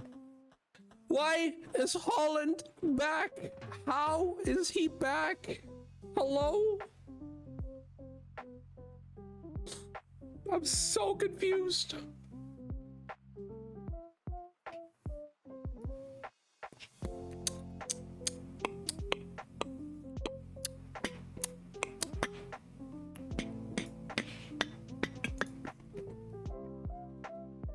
It had grown over the last year, from an knee-high sapling to a tree half as tall as the room was high. 100 eyes staring out from its pale trunk, and its leaves the color of amber. But unlike the ones in the silver wood, those leaves never fell. They colored and withered, curled it into a fan wide again. Curled in only to fan wide again when the seasons changed.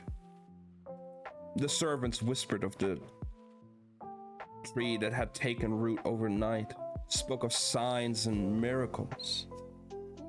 They had no idea how right they were. How was the tithe? Asked Holland now. If you'd come with me, said Kosika, rising from the coal-cop board.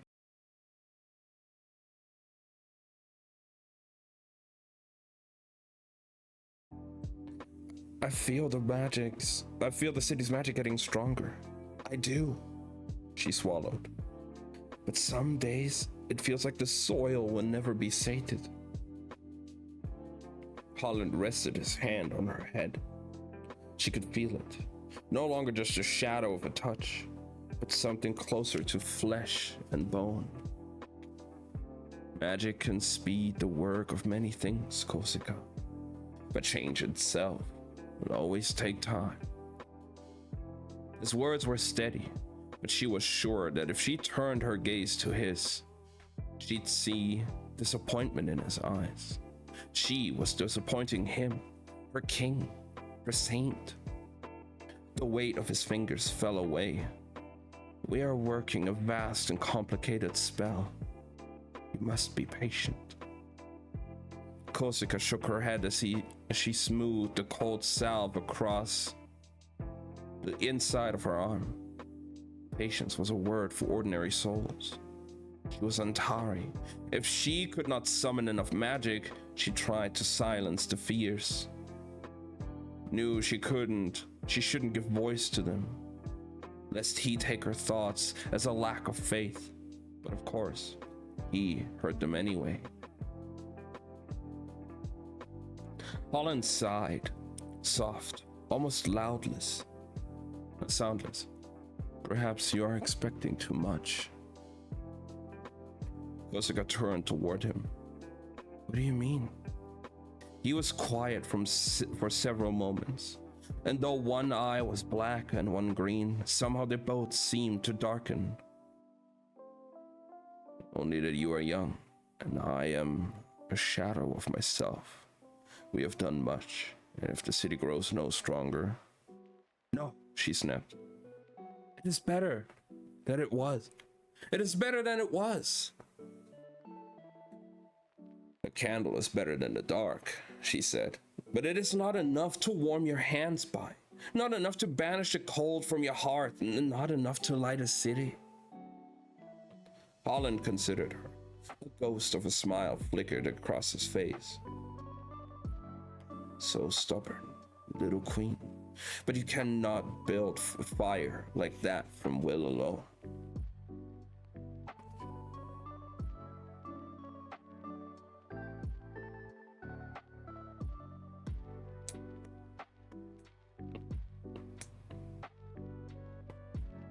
Ooh, we had some drop frames. What?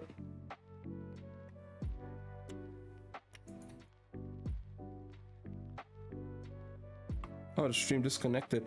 Oh boy. Okay. Internet being internet, I guess.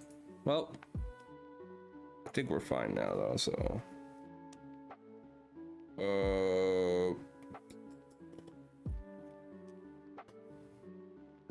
Holland considered her. A ghost of a smile flickered across his face. So stubborn, little queen, but you cannot build a fire like that from will alone. Korsica brought the bandage to her arm but paused, considering the 3 lines. The other worlds. Holland's mouth tightened. Do not think of them. You wanted me to, once. I was wrong, he simply said. Those words have brought ours nothing but strife. Besides, power is not a parcel to be carried home. And so long as the walls stand and the doors are shut fast, magic will not flow between. He touched her arm, fingers ghosting hers as they tied the clean bandage around the fresh cuts. What good does it do to covet what you cannot have? I have watched kings and queens ruin themselves for less. No, he said softly. Let us tend our own flame and trust that in time, the heat will be enough.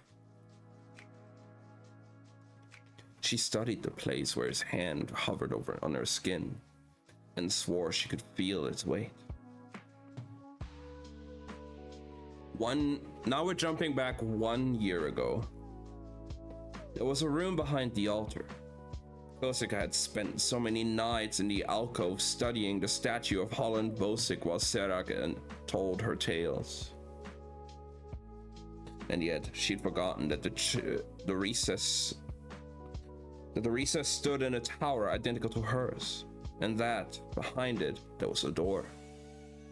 She'd forgotten until one night the candlelight caught on the wood behind the statue, and ever since it was all Korsica could think of, that door and where it led.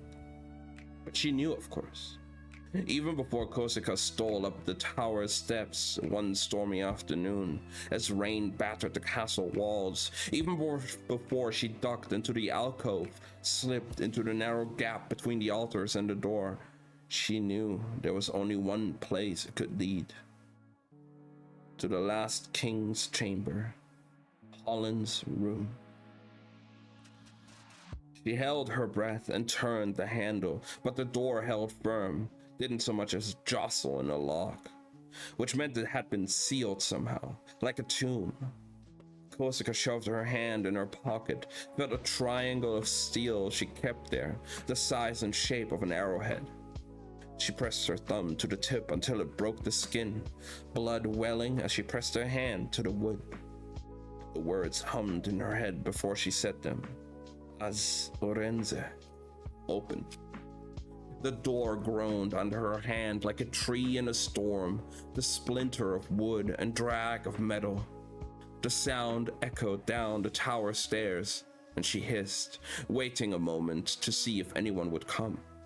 There were still times she felt like a child stealing through someone else's house, but no one did. And this time, when Kosika pushed against the door, it swung open. She glanced back over her shoulder and stepped into the dark. The windows were shuttered, and only weak light spilled in from the alcove behind her, not enough to see by, but it glanced off the dark metal of a candelabra at the far side of the chamber. Kosika flexed her hand, and the tapers lit. She looked around. Holland Vosik's room appeared untouched. The space itself was a mirror of her own.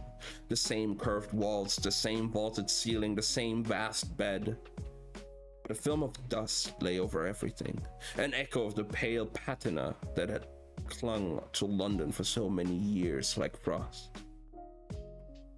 Kosika tugged on the air, conjuring a gentle breeze, just strong enough to skim the dust away.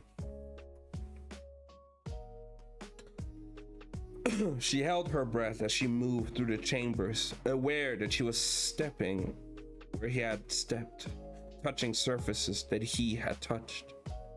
She pried open a set of shutters. This had been his view. She wanted to linger there, but rain was already dappling the windowsill. So she pushed the shutters closed again, as if the contents of the room might melt. Her fingers skimmed the bed where Holland had slept, the chair he had sat, her eyes scavenging the room for clues. A gray cloak still hung on the wall, and there, on the desk, a note in his own hand, the writing falling sharp and slanted as the storm. Vitalis once said there was no happy kings, and there are no happy kings. That the worthy ruler is the one who understands the price of power and is willing to pay, not with his people's lives, but with his own. The greater the power, the higher the price. To take the throne is meager, to mend the world is dear. Here is what I know. I would bind myself again to see this place restored. I would bend a knee to any king. The entry ended there. Kosika turned through the stack, finding another. What have I done? Only what I must. Carried a spark out of the darkness to light my candle. Sheltered it with my body, knowing I would burn. And then, another scrap of paper, a single word. Osaron. The letter sent a strange chill over Kosika's skin. It was familiar the way Antari magic was familiar. The spells already there beneath her skin nested in her mind before she knew their shape. Sorrow, she whispered. An odd word. Not her native Mactan. It had the air of magic. She said it again. And this time the word changed on the way up her throat, twisting into a spell. As Osaru. Power surged up her hand. up out of her hands. Shadow billowed through the room, pluming into a sudden, solid darkness that caused the candles and choked the light. Doused the candles and choked the light. Oh my god, I'm struggling to read. Panic gripped Kosika. She conjured wind to banish it, but it was not smoke, and did not so much as ripple. She conjured fire, felt the heat of it tickling her palm. She couldn't see the flame, couldn't see anything. She felt like she was drowning in this darkness, wanted it gone. But there was no way to end Antari's spells, only to counter them. So she searched her mind, desperate for light. Light. Light. As Illume. The word spilled out, and so did the stark white glow, blooming around her as swiftly as the shadows had and driving the darkness back. The room returned, the candle flames wavering. Kosika let out a ragged breath and fled the chamber, sealing the door in her wake. But that night, when she stood again with Serac in the alcove, her eyes drifted back to the wood at the statue's back. Only after 10 days, she said. 10 days. That's how long had passed between the death of the Danes and Holland's return to claim the throne. 10 days, and at that time no one knew where he had gone. Ver Serac said there were a dozen different myths. Some claimed wounded in the fight. Some claimed that he was simply waiting, biding his time. Others said he was wounded in the fight and needed time to heal. That he dragged his body to the silver wood and the roots had wound around his limbs and magic had seeped back into his veins. Others still said that he had died. What have I done? Kosika chewed her lip. She didn't understand. She felt she should, but it was like a riddle. Carried a spark out of the darkness to light my candle. She thought of Serac's demonstration with the lantern. The flame snuffed out and then rekindled in Black London.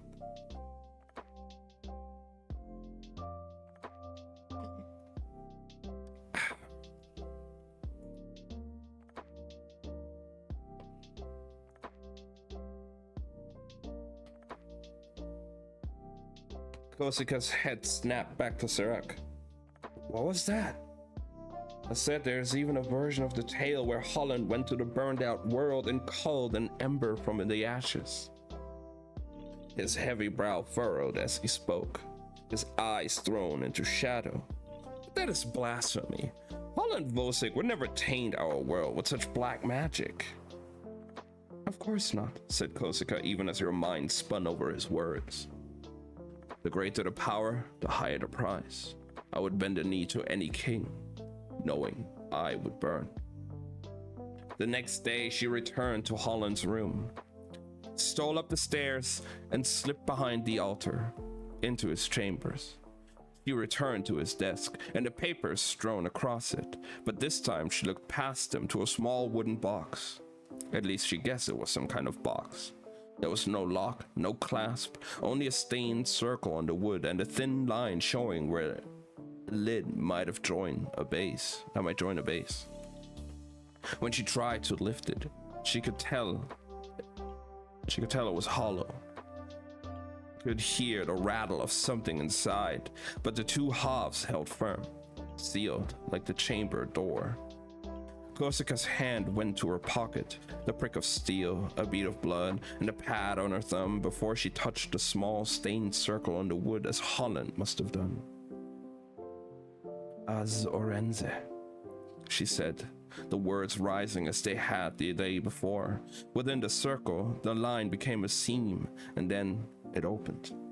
Inside, she found 3 coins. One was silver and stamped with a man's face and marks she didn't know. Geor 3, DG Brit REX FD 1820. The second was red with a gold star cut into its front. The third was black and made of stone as slick as glass. Her fingers hovered for a moment before she reached in, fingers closing around the third, startled by how smooth it was to the touch. She held it to the meager light, could see the candle flicker through it. A new spell rose to her lips, spilled out before she saw it to keep it in. Wait, what?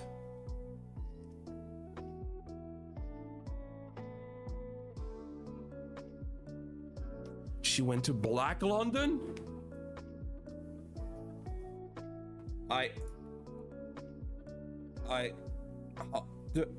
Huh?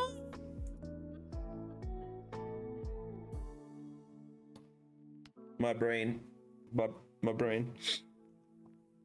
As Travars. And then the room came apart and she was falling. First through nothing, and then through the empty space where the castle should have been. The air rushing past her and the ground coming up fast. Korsica threw out her hands, and the wind rose up, the air twisting beneath her, around her. It caught her limbs and slowed her fall, slowed but didn't stop. And she landed hard, knees buckling with the impact, hands slamming into packed earth. One palm stung worse than the other. When she pulled back, she saw why. The black glass token had shattered between her palm and the ground, shards slicing into skin, and yet her first thought was not the pain. It was that she'd broken something that had once belonged to Holland Vosig. She scooped the largest shards back into her pocket, dug out a handkerchief, and wrapped it around her wounded palm as she got to her feet and frowned. The castle was gone. Instead, she was standing on a road she didn't know, surrounded by ruined buildings, their corpses slouched, crumbling. Her heart pounded in her ears, louder than any other sound, until she realized there was no other sound. A horrible quiet hung over everything. The road was empty, no horses, no carts, no signs of life. Oz, she called. There was no answer, not even the echo of her own voice. It had been raining beyond her castle walls, but the ground here was dry and the air tasted wrong, like cinders on her tongue. And if there was a sun somewhere, it was well hidden, buried behind clouds that hung low and dark as smoke. Too late. Korsica realized what she'd done, and at what she'd said, given voice to the spell that let Antari travel between worlds. She was no longer in London, or at least not in hers. This other London looked wrong. No, not just wrong, burnt. And she knew then exactly where she was. Korsica scrambled backward as if she could simply step out of the city's reach, brought her sleeve to her mouth, but not wanting to breathe in the ashes that hung in the air, stirred up when she broke her fall. She was in Black London. The world that burned so bright it ate up all its tinder and burned itself out. But if it had ever been the hearth, it seemed long cold, reduced to nothing but cinders, and yet, what had Serac said? Magic does not die, it waits. For what? A spark? Her gaze flew back to the bloody handprint she'd left on the street. She half expected it to start smoking, to kindle itself into a flame, but nothing happened. The road stretched, silent and empty. It felt like a tomb, like Holland's hand when she touched it in the silver wood that day, cold and dry and dead. Korsica shivered and fetched a shard of black glass from her pocket, its edge dotted red. As Travas, she said again. The world rippled around her, the air tensing. But then it settled, and she was still standing there in the unfamiliar road. Fear coiled inside Korsica then. The sudden, horrible certainty that she was stuck.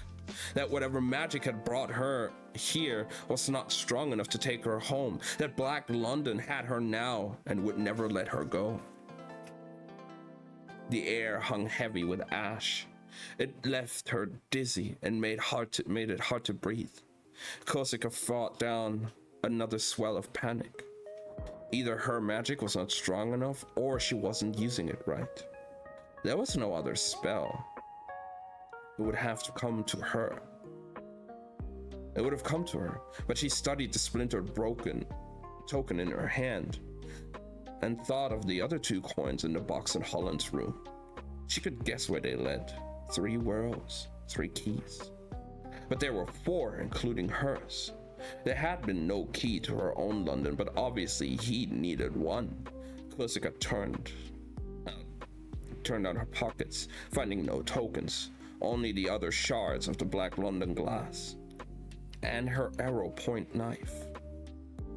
It had been a gift from Ver Serac, its small handle carved from a branch in the silver wood. It already had her blood on it, but she unraveled the handkerchief from her wounded palm and swept the blade again lightly through the welling red for good measure. This will work, she reassured herself, and then aloud, this will work. She said it, as if it were a spell. Something willed into being, and then she closed her fingers over the narrow blade and forced that will into her the words. As Travas, she said again, and this time, Black London shivered and came apart like smoke. She didn't fall so much as the lurch, the sudden off-balance sensation of a missed step, and then her feet were on the ground again. Not a crumbling road, but a polished stone floor. She was back in the castle, not up in Holland's tower, but the great hall below. And the great hall wasn't empty. Far from it. A dozen members of the guard lined the walls, and servants dotted the space where 3 Ver were holding court with a handful of nobles. And maybe the room had been bustling with motion before her sudden unexpected arrival, but now it lurched to a stop. The servant dropped their tray, glass shattered. The 3 Ver turned, and the 4 nearest soldiers lunged forward, hands going to their hilts, before they realized the ashen figure in the center of the hall was in fact their queen. Korsica couldn't blame them. A small cloud of soot swirled around her, and a few drops of blood fell from her hand where she had gripped the blade. And for a single, horrible moment, she thought she might faint. But the moment passed, and Korsica stayed on her feet. 1 second, guys. Okay.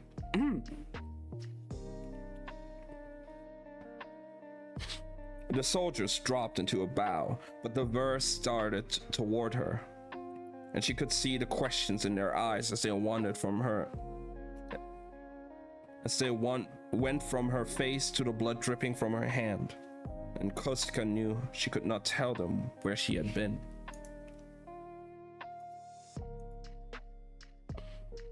But then she remembered that she did not have to. She was not some child in need of scolding. She was an Antari. She was their queen.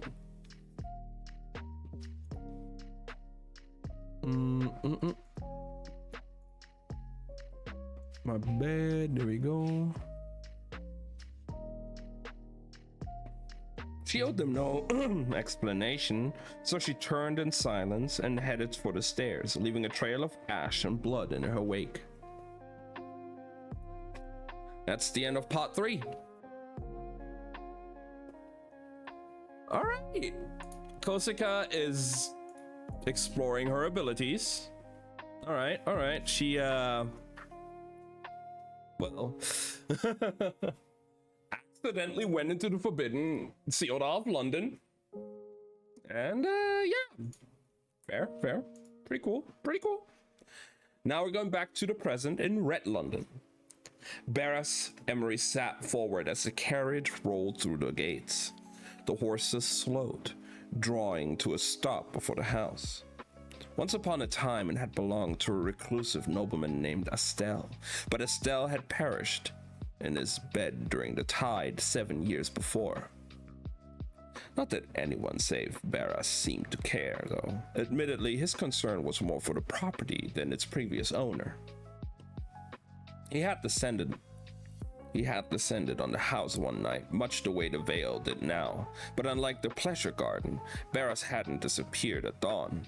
If anyone had noticed his arrival, perhaps they assumed he was a distant nephew come to visit his uncle's affairs, a man as private and unfriendly as Estelle had been. The Emery heir brought nothing from his old life and hired only one servant, the driver, who was paid well to be in incurious. The same driver now opened the carriage door, bowing deeply as Barras stepped out. He looked up at the house. He hadn't just chosen it because it was empty with no apparent heir. It was also tall, 3 stories. And from the study windows on the top floor, he had a view not only of the street, but the one directly to the north and the Emery estate. What was left of it? For months it had sat, little more than a ruin, but then, from those study windows, he'd seen movement. Barras had watched as it was painstakingly restored, but as if by a loving hand, only to then sit dark, neglected, waiting. It haunted Barras, a brazen baited trap, for he was sure that if he stepped back into that house by right, his house, he would wake to a knife at his throat, to guards dragging him from his bed into a palace cell, forcing him to kneel on the cold stone and beg forgiveness from his brother or mercy from his king. Barras Emery had no intention of doing either. Inside the stolen house, the lamps had been lit. The pale glow spilled out to his office, along with the soft crackle of a fire he hadn't started. Barras sighed, rolling his neck as he crossed the hall. He could see Bex in his chair, her legs up on his desk, and Kaylin sprawled on the sofa, arms stretched along its back. Barras paused only to brush his fingers down the doorframe before he entered. "Get your feet off my table," he said, shrugging out of his coat. Bex sat up, her boots thudding as they hit the floor. Kaylin's pale eyes drifted open. He looked tired or bored. "Tuck," Barras gave a cursory look around the room. "I take it your presence here means you have it." Bex glanced at Kaylin. Kaylin didn't look back. She shifted her weight, and Barras knew before she had the nerve to say the words, "We don't." He closed his eyes. The hand was gathering in less than a day. The bitch in the white mask was right. Without the Persalis, his plan wouldn't work. "I hope you mean not yet," he said through clenched teeth. Judging by their faces, they did not. "What happened?" "It's not our fault," offered Kaylin, chewing on the words before he spat them out. "One of your thieves fucked up," said Bex. "He broke the Persalis getting off the ship, and then instead of bringing it to us, he took it to a repair shop in the Shawl, gave it to some girl to fix, a tinkerer." Barras felt his muscles tighten. It happened that way. A stiffening, like frost, that spread over his skin. Other people went hot. Barras went cold. "Where's this girl?" "Dead," answered Bex, and he might have believed her after all. After all, she didn't flinch or gave herself away, but Kaylin did. His expression twitched, snacking on the word, a second after she said it.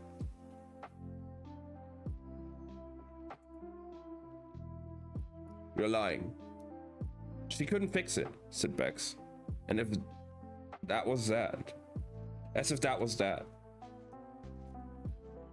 As if Barras Emery didn't need the Persalis. As if it were some trinket he'd sent them to fetch on a whim, and not the key to his strategy. He looked down at his hands, at the net of lines, fine as lace, that crossed his knuckles. For years, his father had ordered him to wear gloves, but Barras relished the scars. He had earned them. "We tried," said Bex. "Trust me. Kaylin may be an incompetent shit, but I'm not." She went on making excuses, but Barras had stopped listening. He began to roll up his sleeves. The skin on his forearms was tan and tough, the veins faint shadows beneath. He had survived the tide and bore no silver scars because the dark god poured itself into his blood. He did not fight. Instead, he let it rage, let it burn through him, unchecked. As it did, it spoke. It told him what could be. It showed him what change was not a gift. It was a prize, something to be taken. Across the room, Bex was still talking, still making excuses. He cut her off. "Why are you here?" Bex crossed her arms, shifted her weight. "Well, the way I see it, we did our part." Barra stared at her, nonplussed. "You want me to pay you for a job you didn't do?" "It was a fair amount of work," said Caitlin. "I didn't realize I was paying for the effort." Barras took a step forward. "Your part was to meet for the three thieves, dispose of them, and deliver the Persalis to me. You failed, and yet you have the nerve to show your face, to come to me for a recompense. Get out before I break your necks." Caitlin stood. Bex straightened, but neither so much as looked toward the door. For a moment, no one spoke. In the end, it was Bex who broke the tension. Bex who rolled her shoulders and spread her hands. "One way or another," she said, "we'll be needing our cut." As she spoke, her fingers twitched toward the metal wrapped around her forearm. She clearly expected the steel to answer, perhaps provide some dramatic flourish to the word cut. But the metal didn't so much as twitch. It hung there, useless as a bangle on her wrist. The mark he touched glowed faintly on the doorway, a sigil, a ward.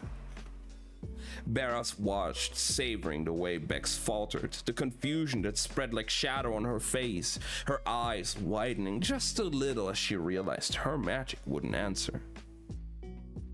Too late, she went for her nearest weapon, but Barras was already there. His fist crashed into her cheek, and he heard the satisfying crunch of bone as she staggered back, dropping to a knee.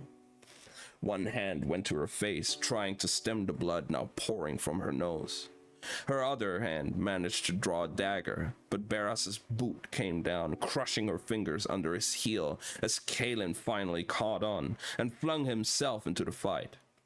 Or tried. He threw a punch, and he was a large enough man that the blow would have hurt if he'd known how to land it, but he didn't.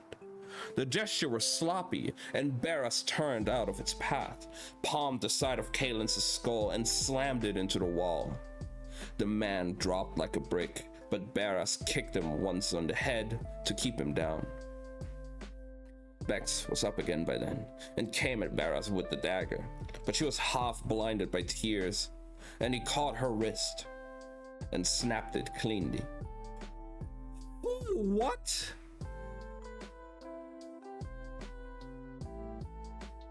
She gasped, her grip loosening on the blade, which he took and drove down through the meat of her hand, pinning it to the desk.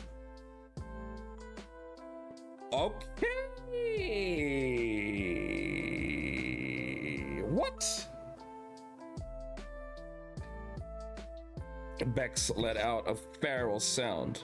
"You fucking pilset!" she got out before Barras leaned on the blade, sinking it another inch, and she cut off, stifling a scream. Caitlin was still on the floor nearby, clutching his head and groaning. "My father taught me many things," said Barras Emery, "but this one most.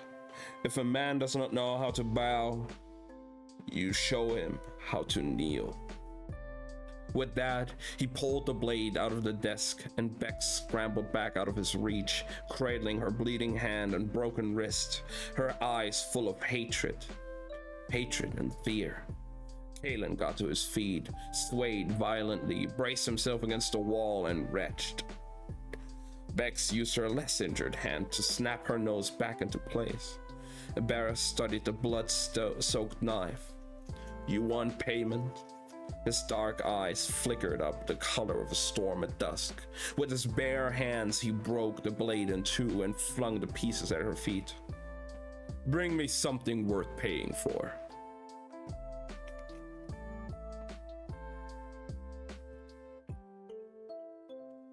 Wow. That's the end of part 4. I'm scared. What the fuck? He just did that to her. Okay. Fair, I guess, right? Yeah. I get it. Yeah, I totally get it. Absolutely. What the fuck?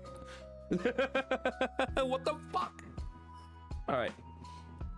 Part 5. We're actually almost done for today. We have like 4 pages left, guys. And then we're finished with chapter 6. Or 7? 7. We finished 6, went through all 7. Ooh, that sounds so good. Bring me a piece as well. Sable, please.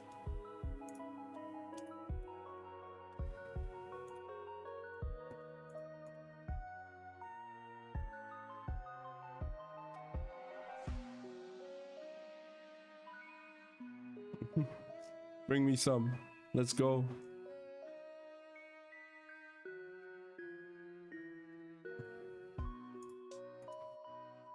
Okay. We have like 4 pages left, and then we can do some gaming. I don't know. Whatever we're gonna be doing. Soaking right. Ooh, please. Please. I'm out of tea already. Sable, I already drank my tea. See? Cup's empty. My nice little Pokemon mug. All I have now, which we'll probably open a bit later, is this big ass can of beer.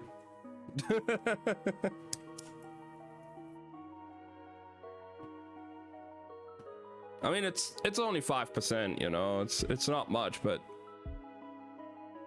it's a big can. We'll have that for later while we're gaming. All right, we have like 4 pages left, so let's go ahead and do that real quick. Part 5 is in Grey London, so I guess we're going back to Tez for a moment because she's now, you know, kind of, you know, just in Grey London. Rain dripped from the signs that hung over the darkened shops. Tess squinted, trying to make out the words and wishing she had kept up with her lessons.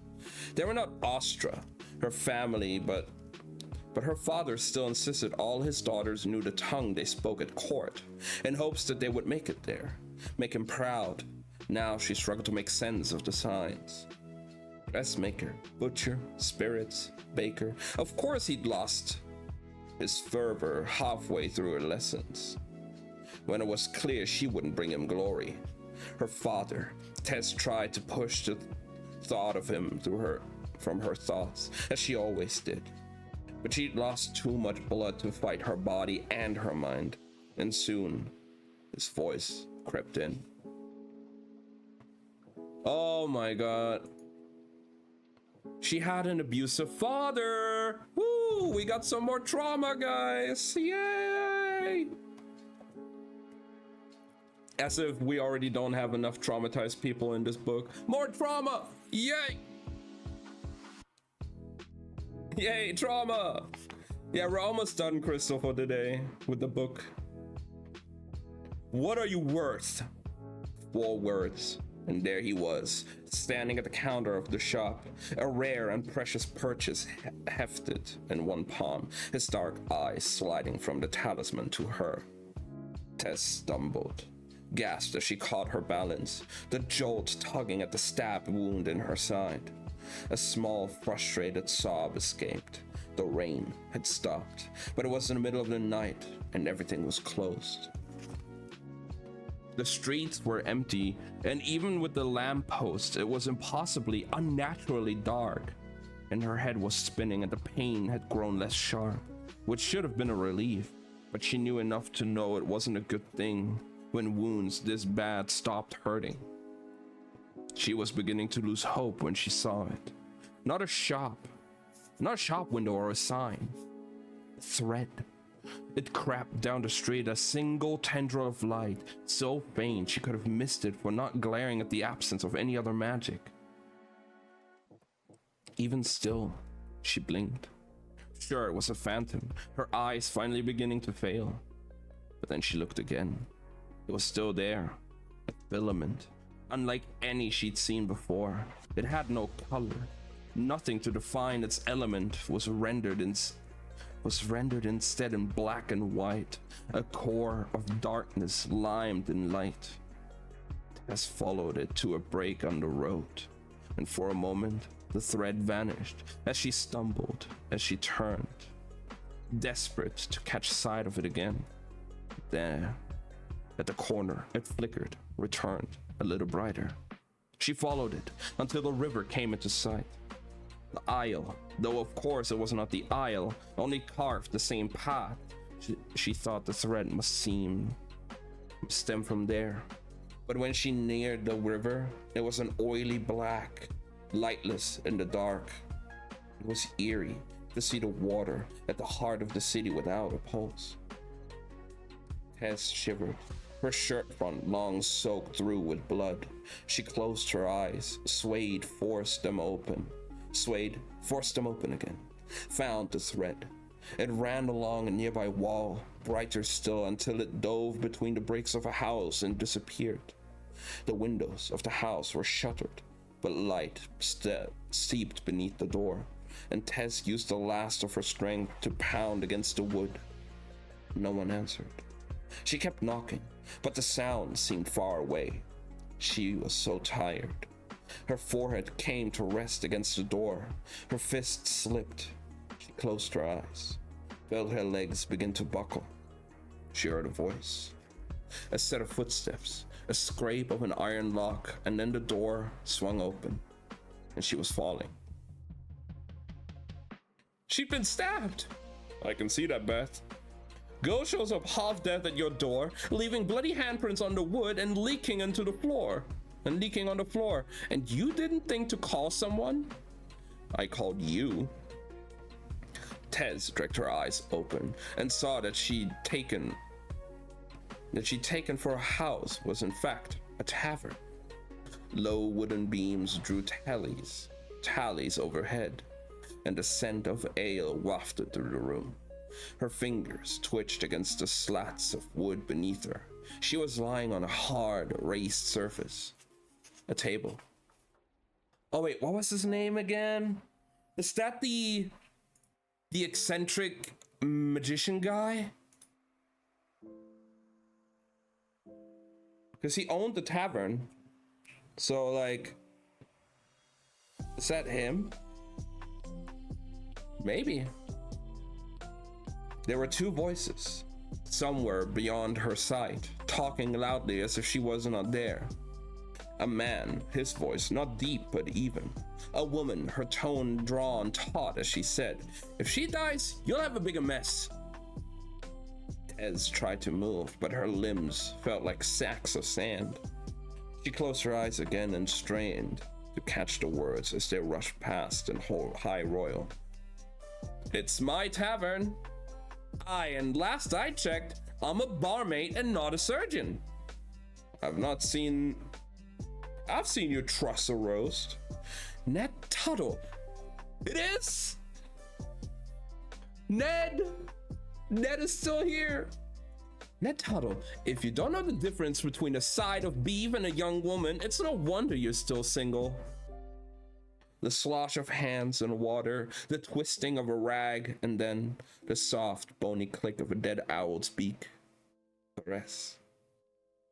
Tess dragged her eyes open. She turned her head toward the man's voice.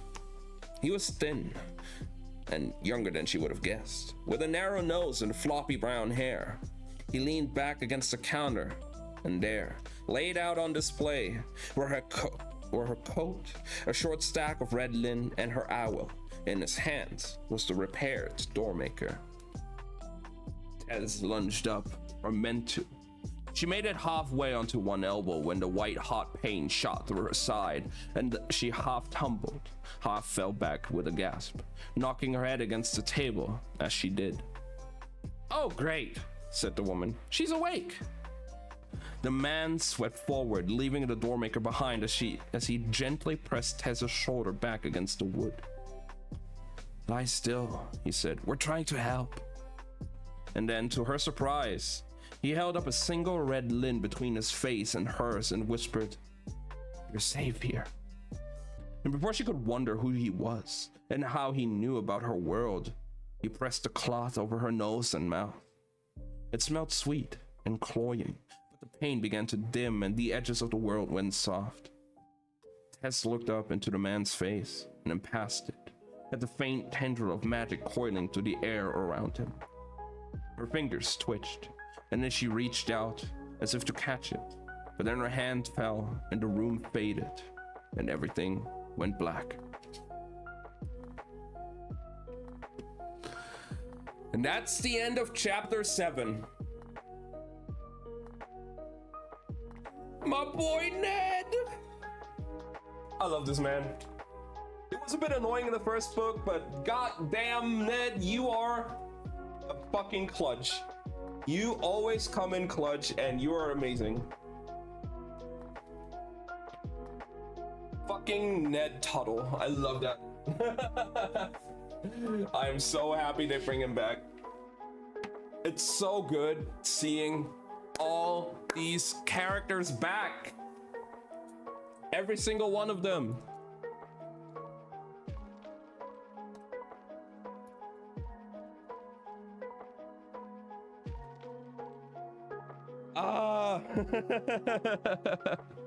I'm so happy. But yeah, that's probably gonna be it for today with the book, because we finished chapter 7. We finished 6 and went through all of 7. So next time, we're gonna do chapter 8 next week. We should be back on track now with chapter per chapter, per like 1 chapter a week, hopefully. So hell yeah. I'm glad we were able to catch up now, because I didn't like the fact that we had to end early on like 10 pages left. But I really couldn't last week. I was so dead tired that I really just could not continue with the book, which I still feel bad about, but hey, we're here now. We fucking did it. Super happy with this. All right. What do you guys think so far? What are your thoughts on the book? Good job. Thank you. Thank you. It's amazing. I love this book. I am so fucking happy that Schwab decided to, hey, let's write another trilogy in that universe, because I freaking adore this universe. Considering like we went through all of these 3 books, which is all the same universe, just 7 years prior. And now we have the opportunity to meet all these characters again in this new book. It's so good. And there's 2 more to come. On the edge of my seat, right? It's so fucking good. Like, this book came out last year, so I don't pay attention. You're fine, Crystal. I know for you it's mostly just background noise. It's okay. You know, this book came out last year. There's still 2 more to come from this trilogy. Whenever they come out, you know we'll be grabbing those and we'll be reading those. 100%. I wonder when the next one will be out.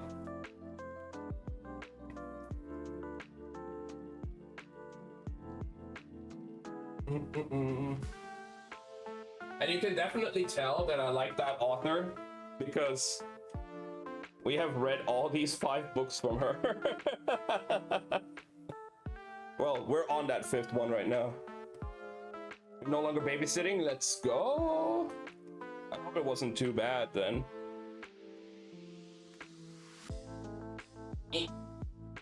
Put them all back in the shelf. There we go. Not a favorite author, huh? Nah.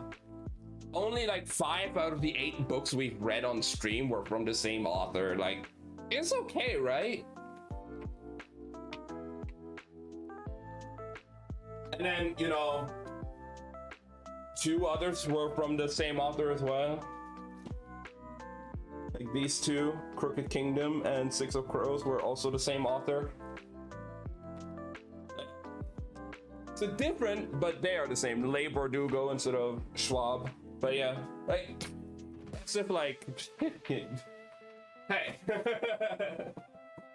At least the next book we're reading, after we're done with Fragile Threads, is from a completely different author. Sun Yi Dean. But also, Schwab adores it and endorses it, so maybe that's the reason I picked it up. The premise did look familiar.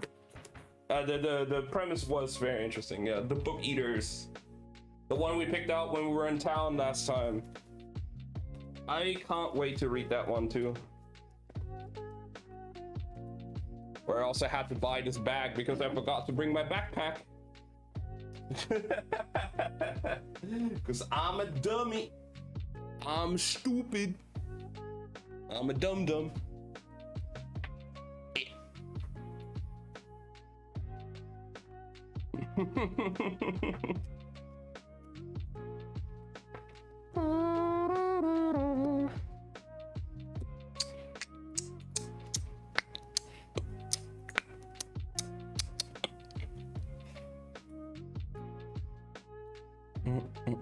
All right, let me quickly go over here. They made more money. Yeah, they did.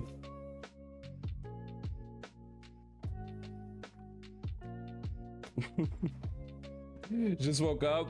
Well, welcome in, Awayas. We're just finished with the book, so we're gonna go to like a little bit of Genshin and then Honkai, and then we'll see what we're doing. I'm not gonna end the stream. We're still gonna be here.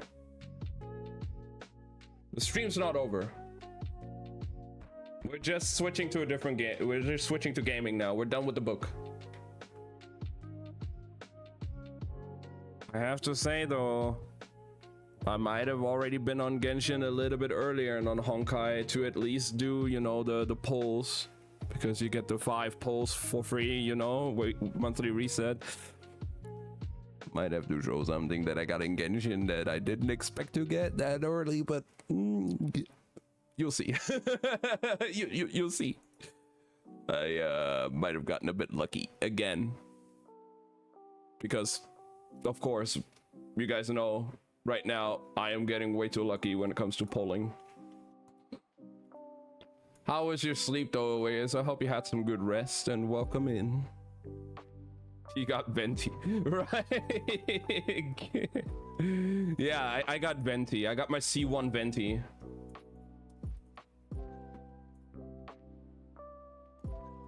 Of course you did. Hey, as much luck as I have in pulling right now, Sable, my luck when it comes to artifacts is dog shit. Like, my artifact luck is bullshit, but like dog shit, but my pulling luck is bullshit. All right, let me just... Time for some Genshin and Honkai. And hanging out with you all. There, and then we're going to Genshin first. And this time, I don't have to like mess around with like, oh, I have to disable this cam, activate this cam. I could just, boom. I've improving, guys. I'm a pro streamer. Transition. Ooh. Here we go. Time for some Genshin. I can't wait because ZCC 2.0 in 2 days. Let's go. We also have to do something in Genshin, which I'm not looking forward to because I already saw the lineups. Imaginarium Theater reset as well, so we got some theatering to do, and the elements are kind of weird right now. I hope I can clear it. I hope I can actually clear it. I don't know if I can. Apparently I can attempt the highest level one. Oh, theater. Yeah, theater. Second. There we go. We love theater here, you know. Like I can attempt the highest level, but I don't know if I can clear it. Those are two completely different things.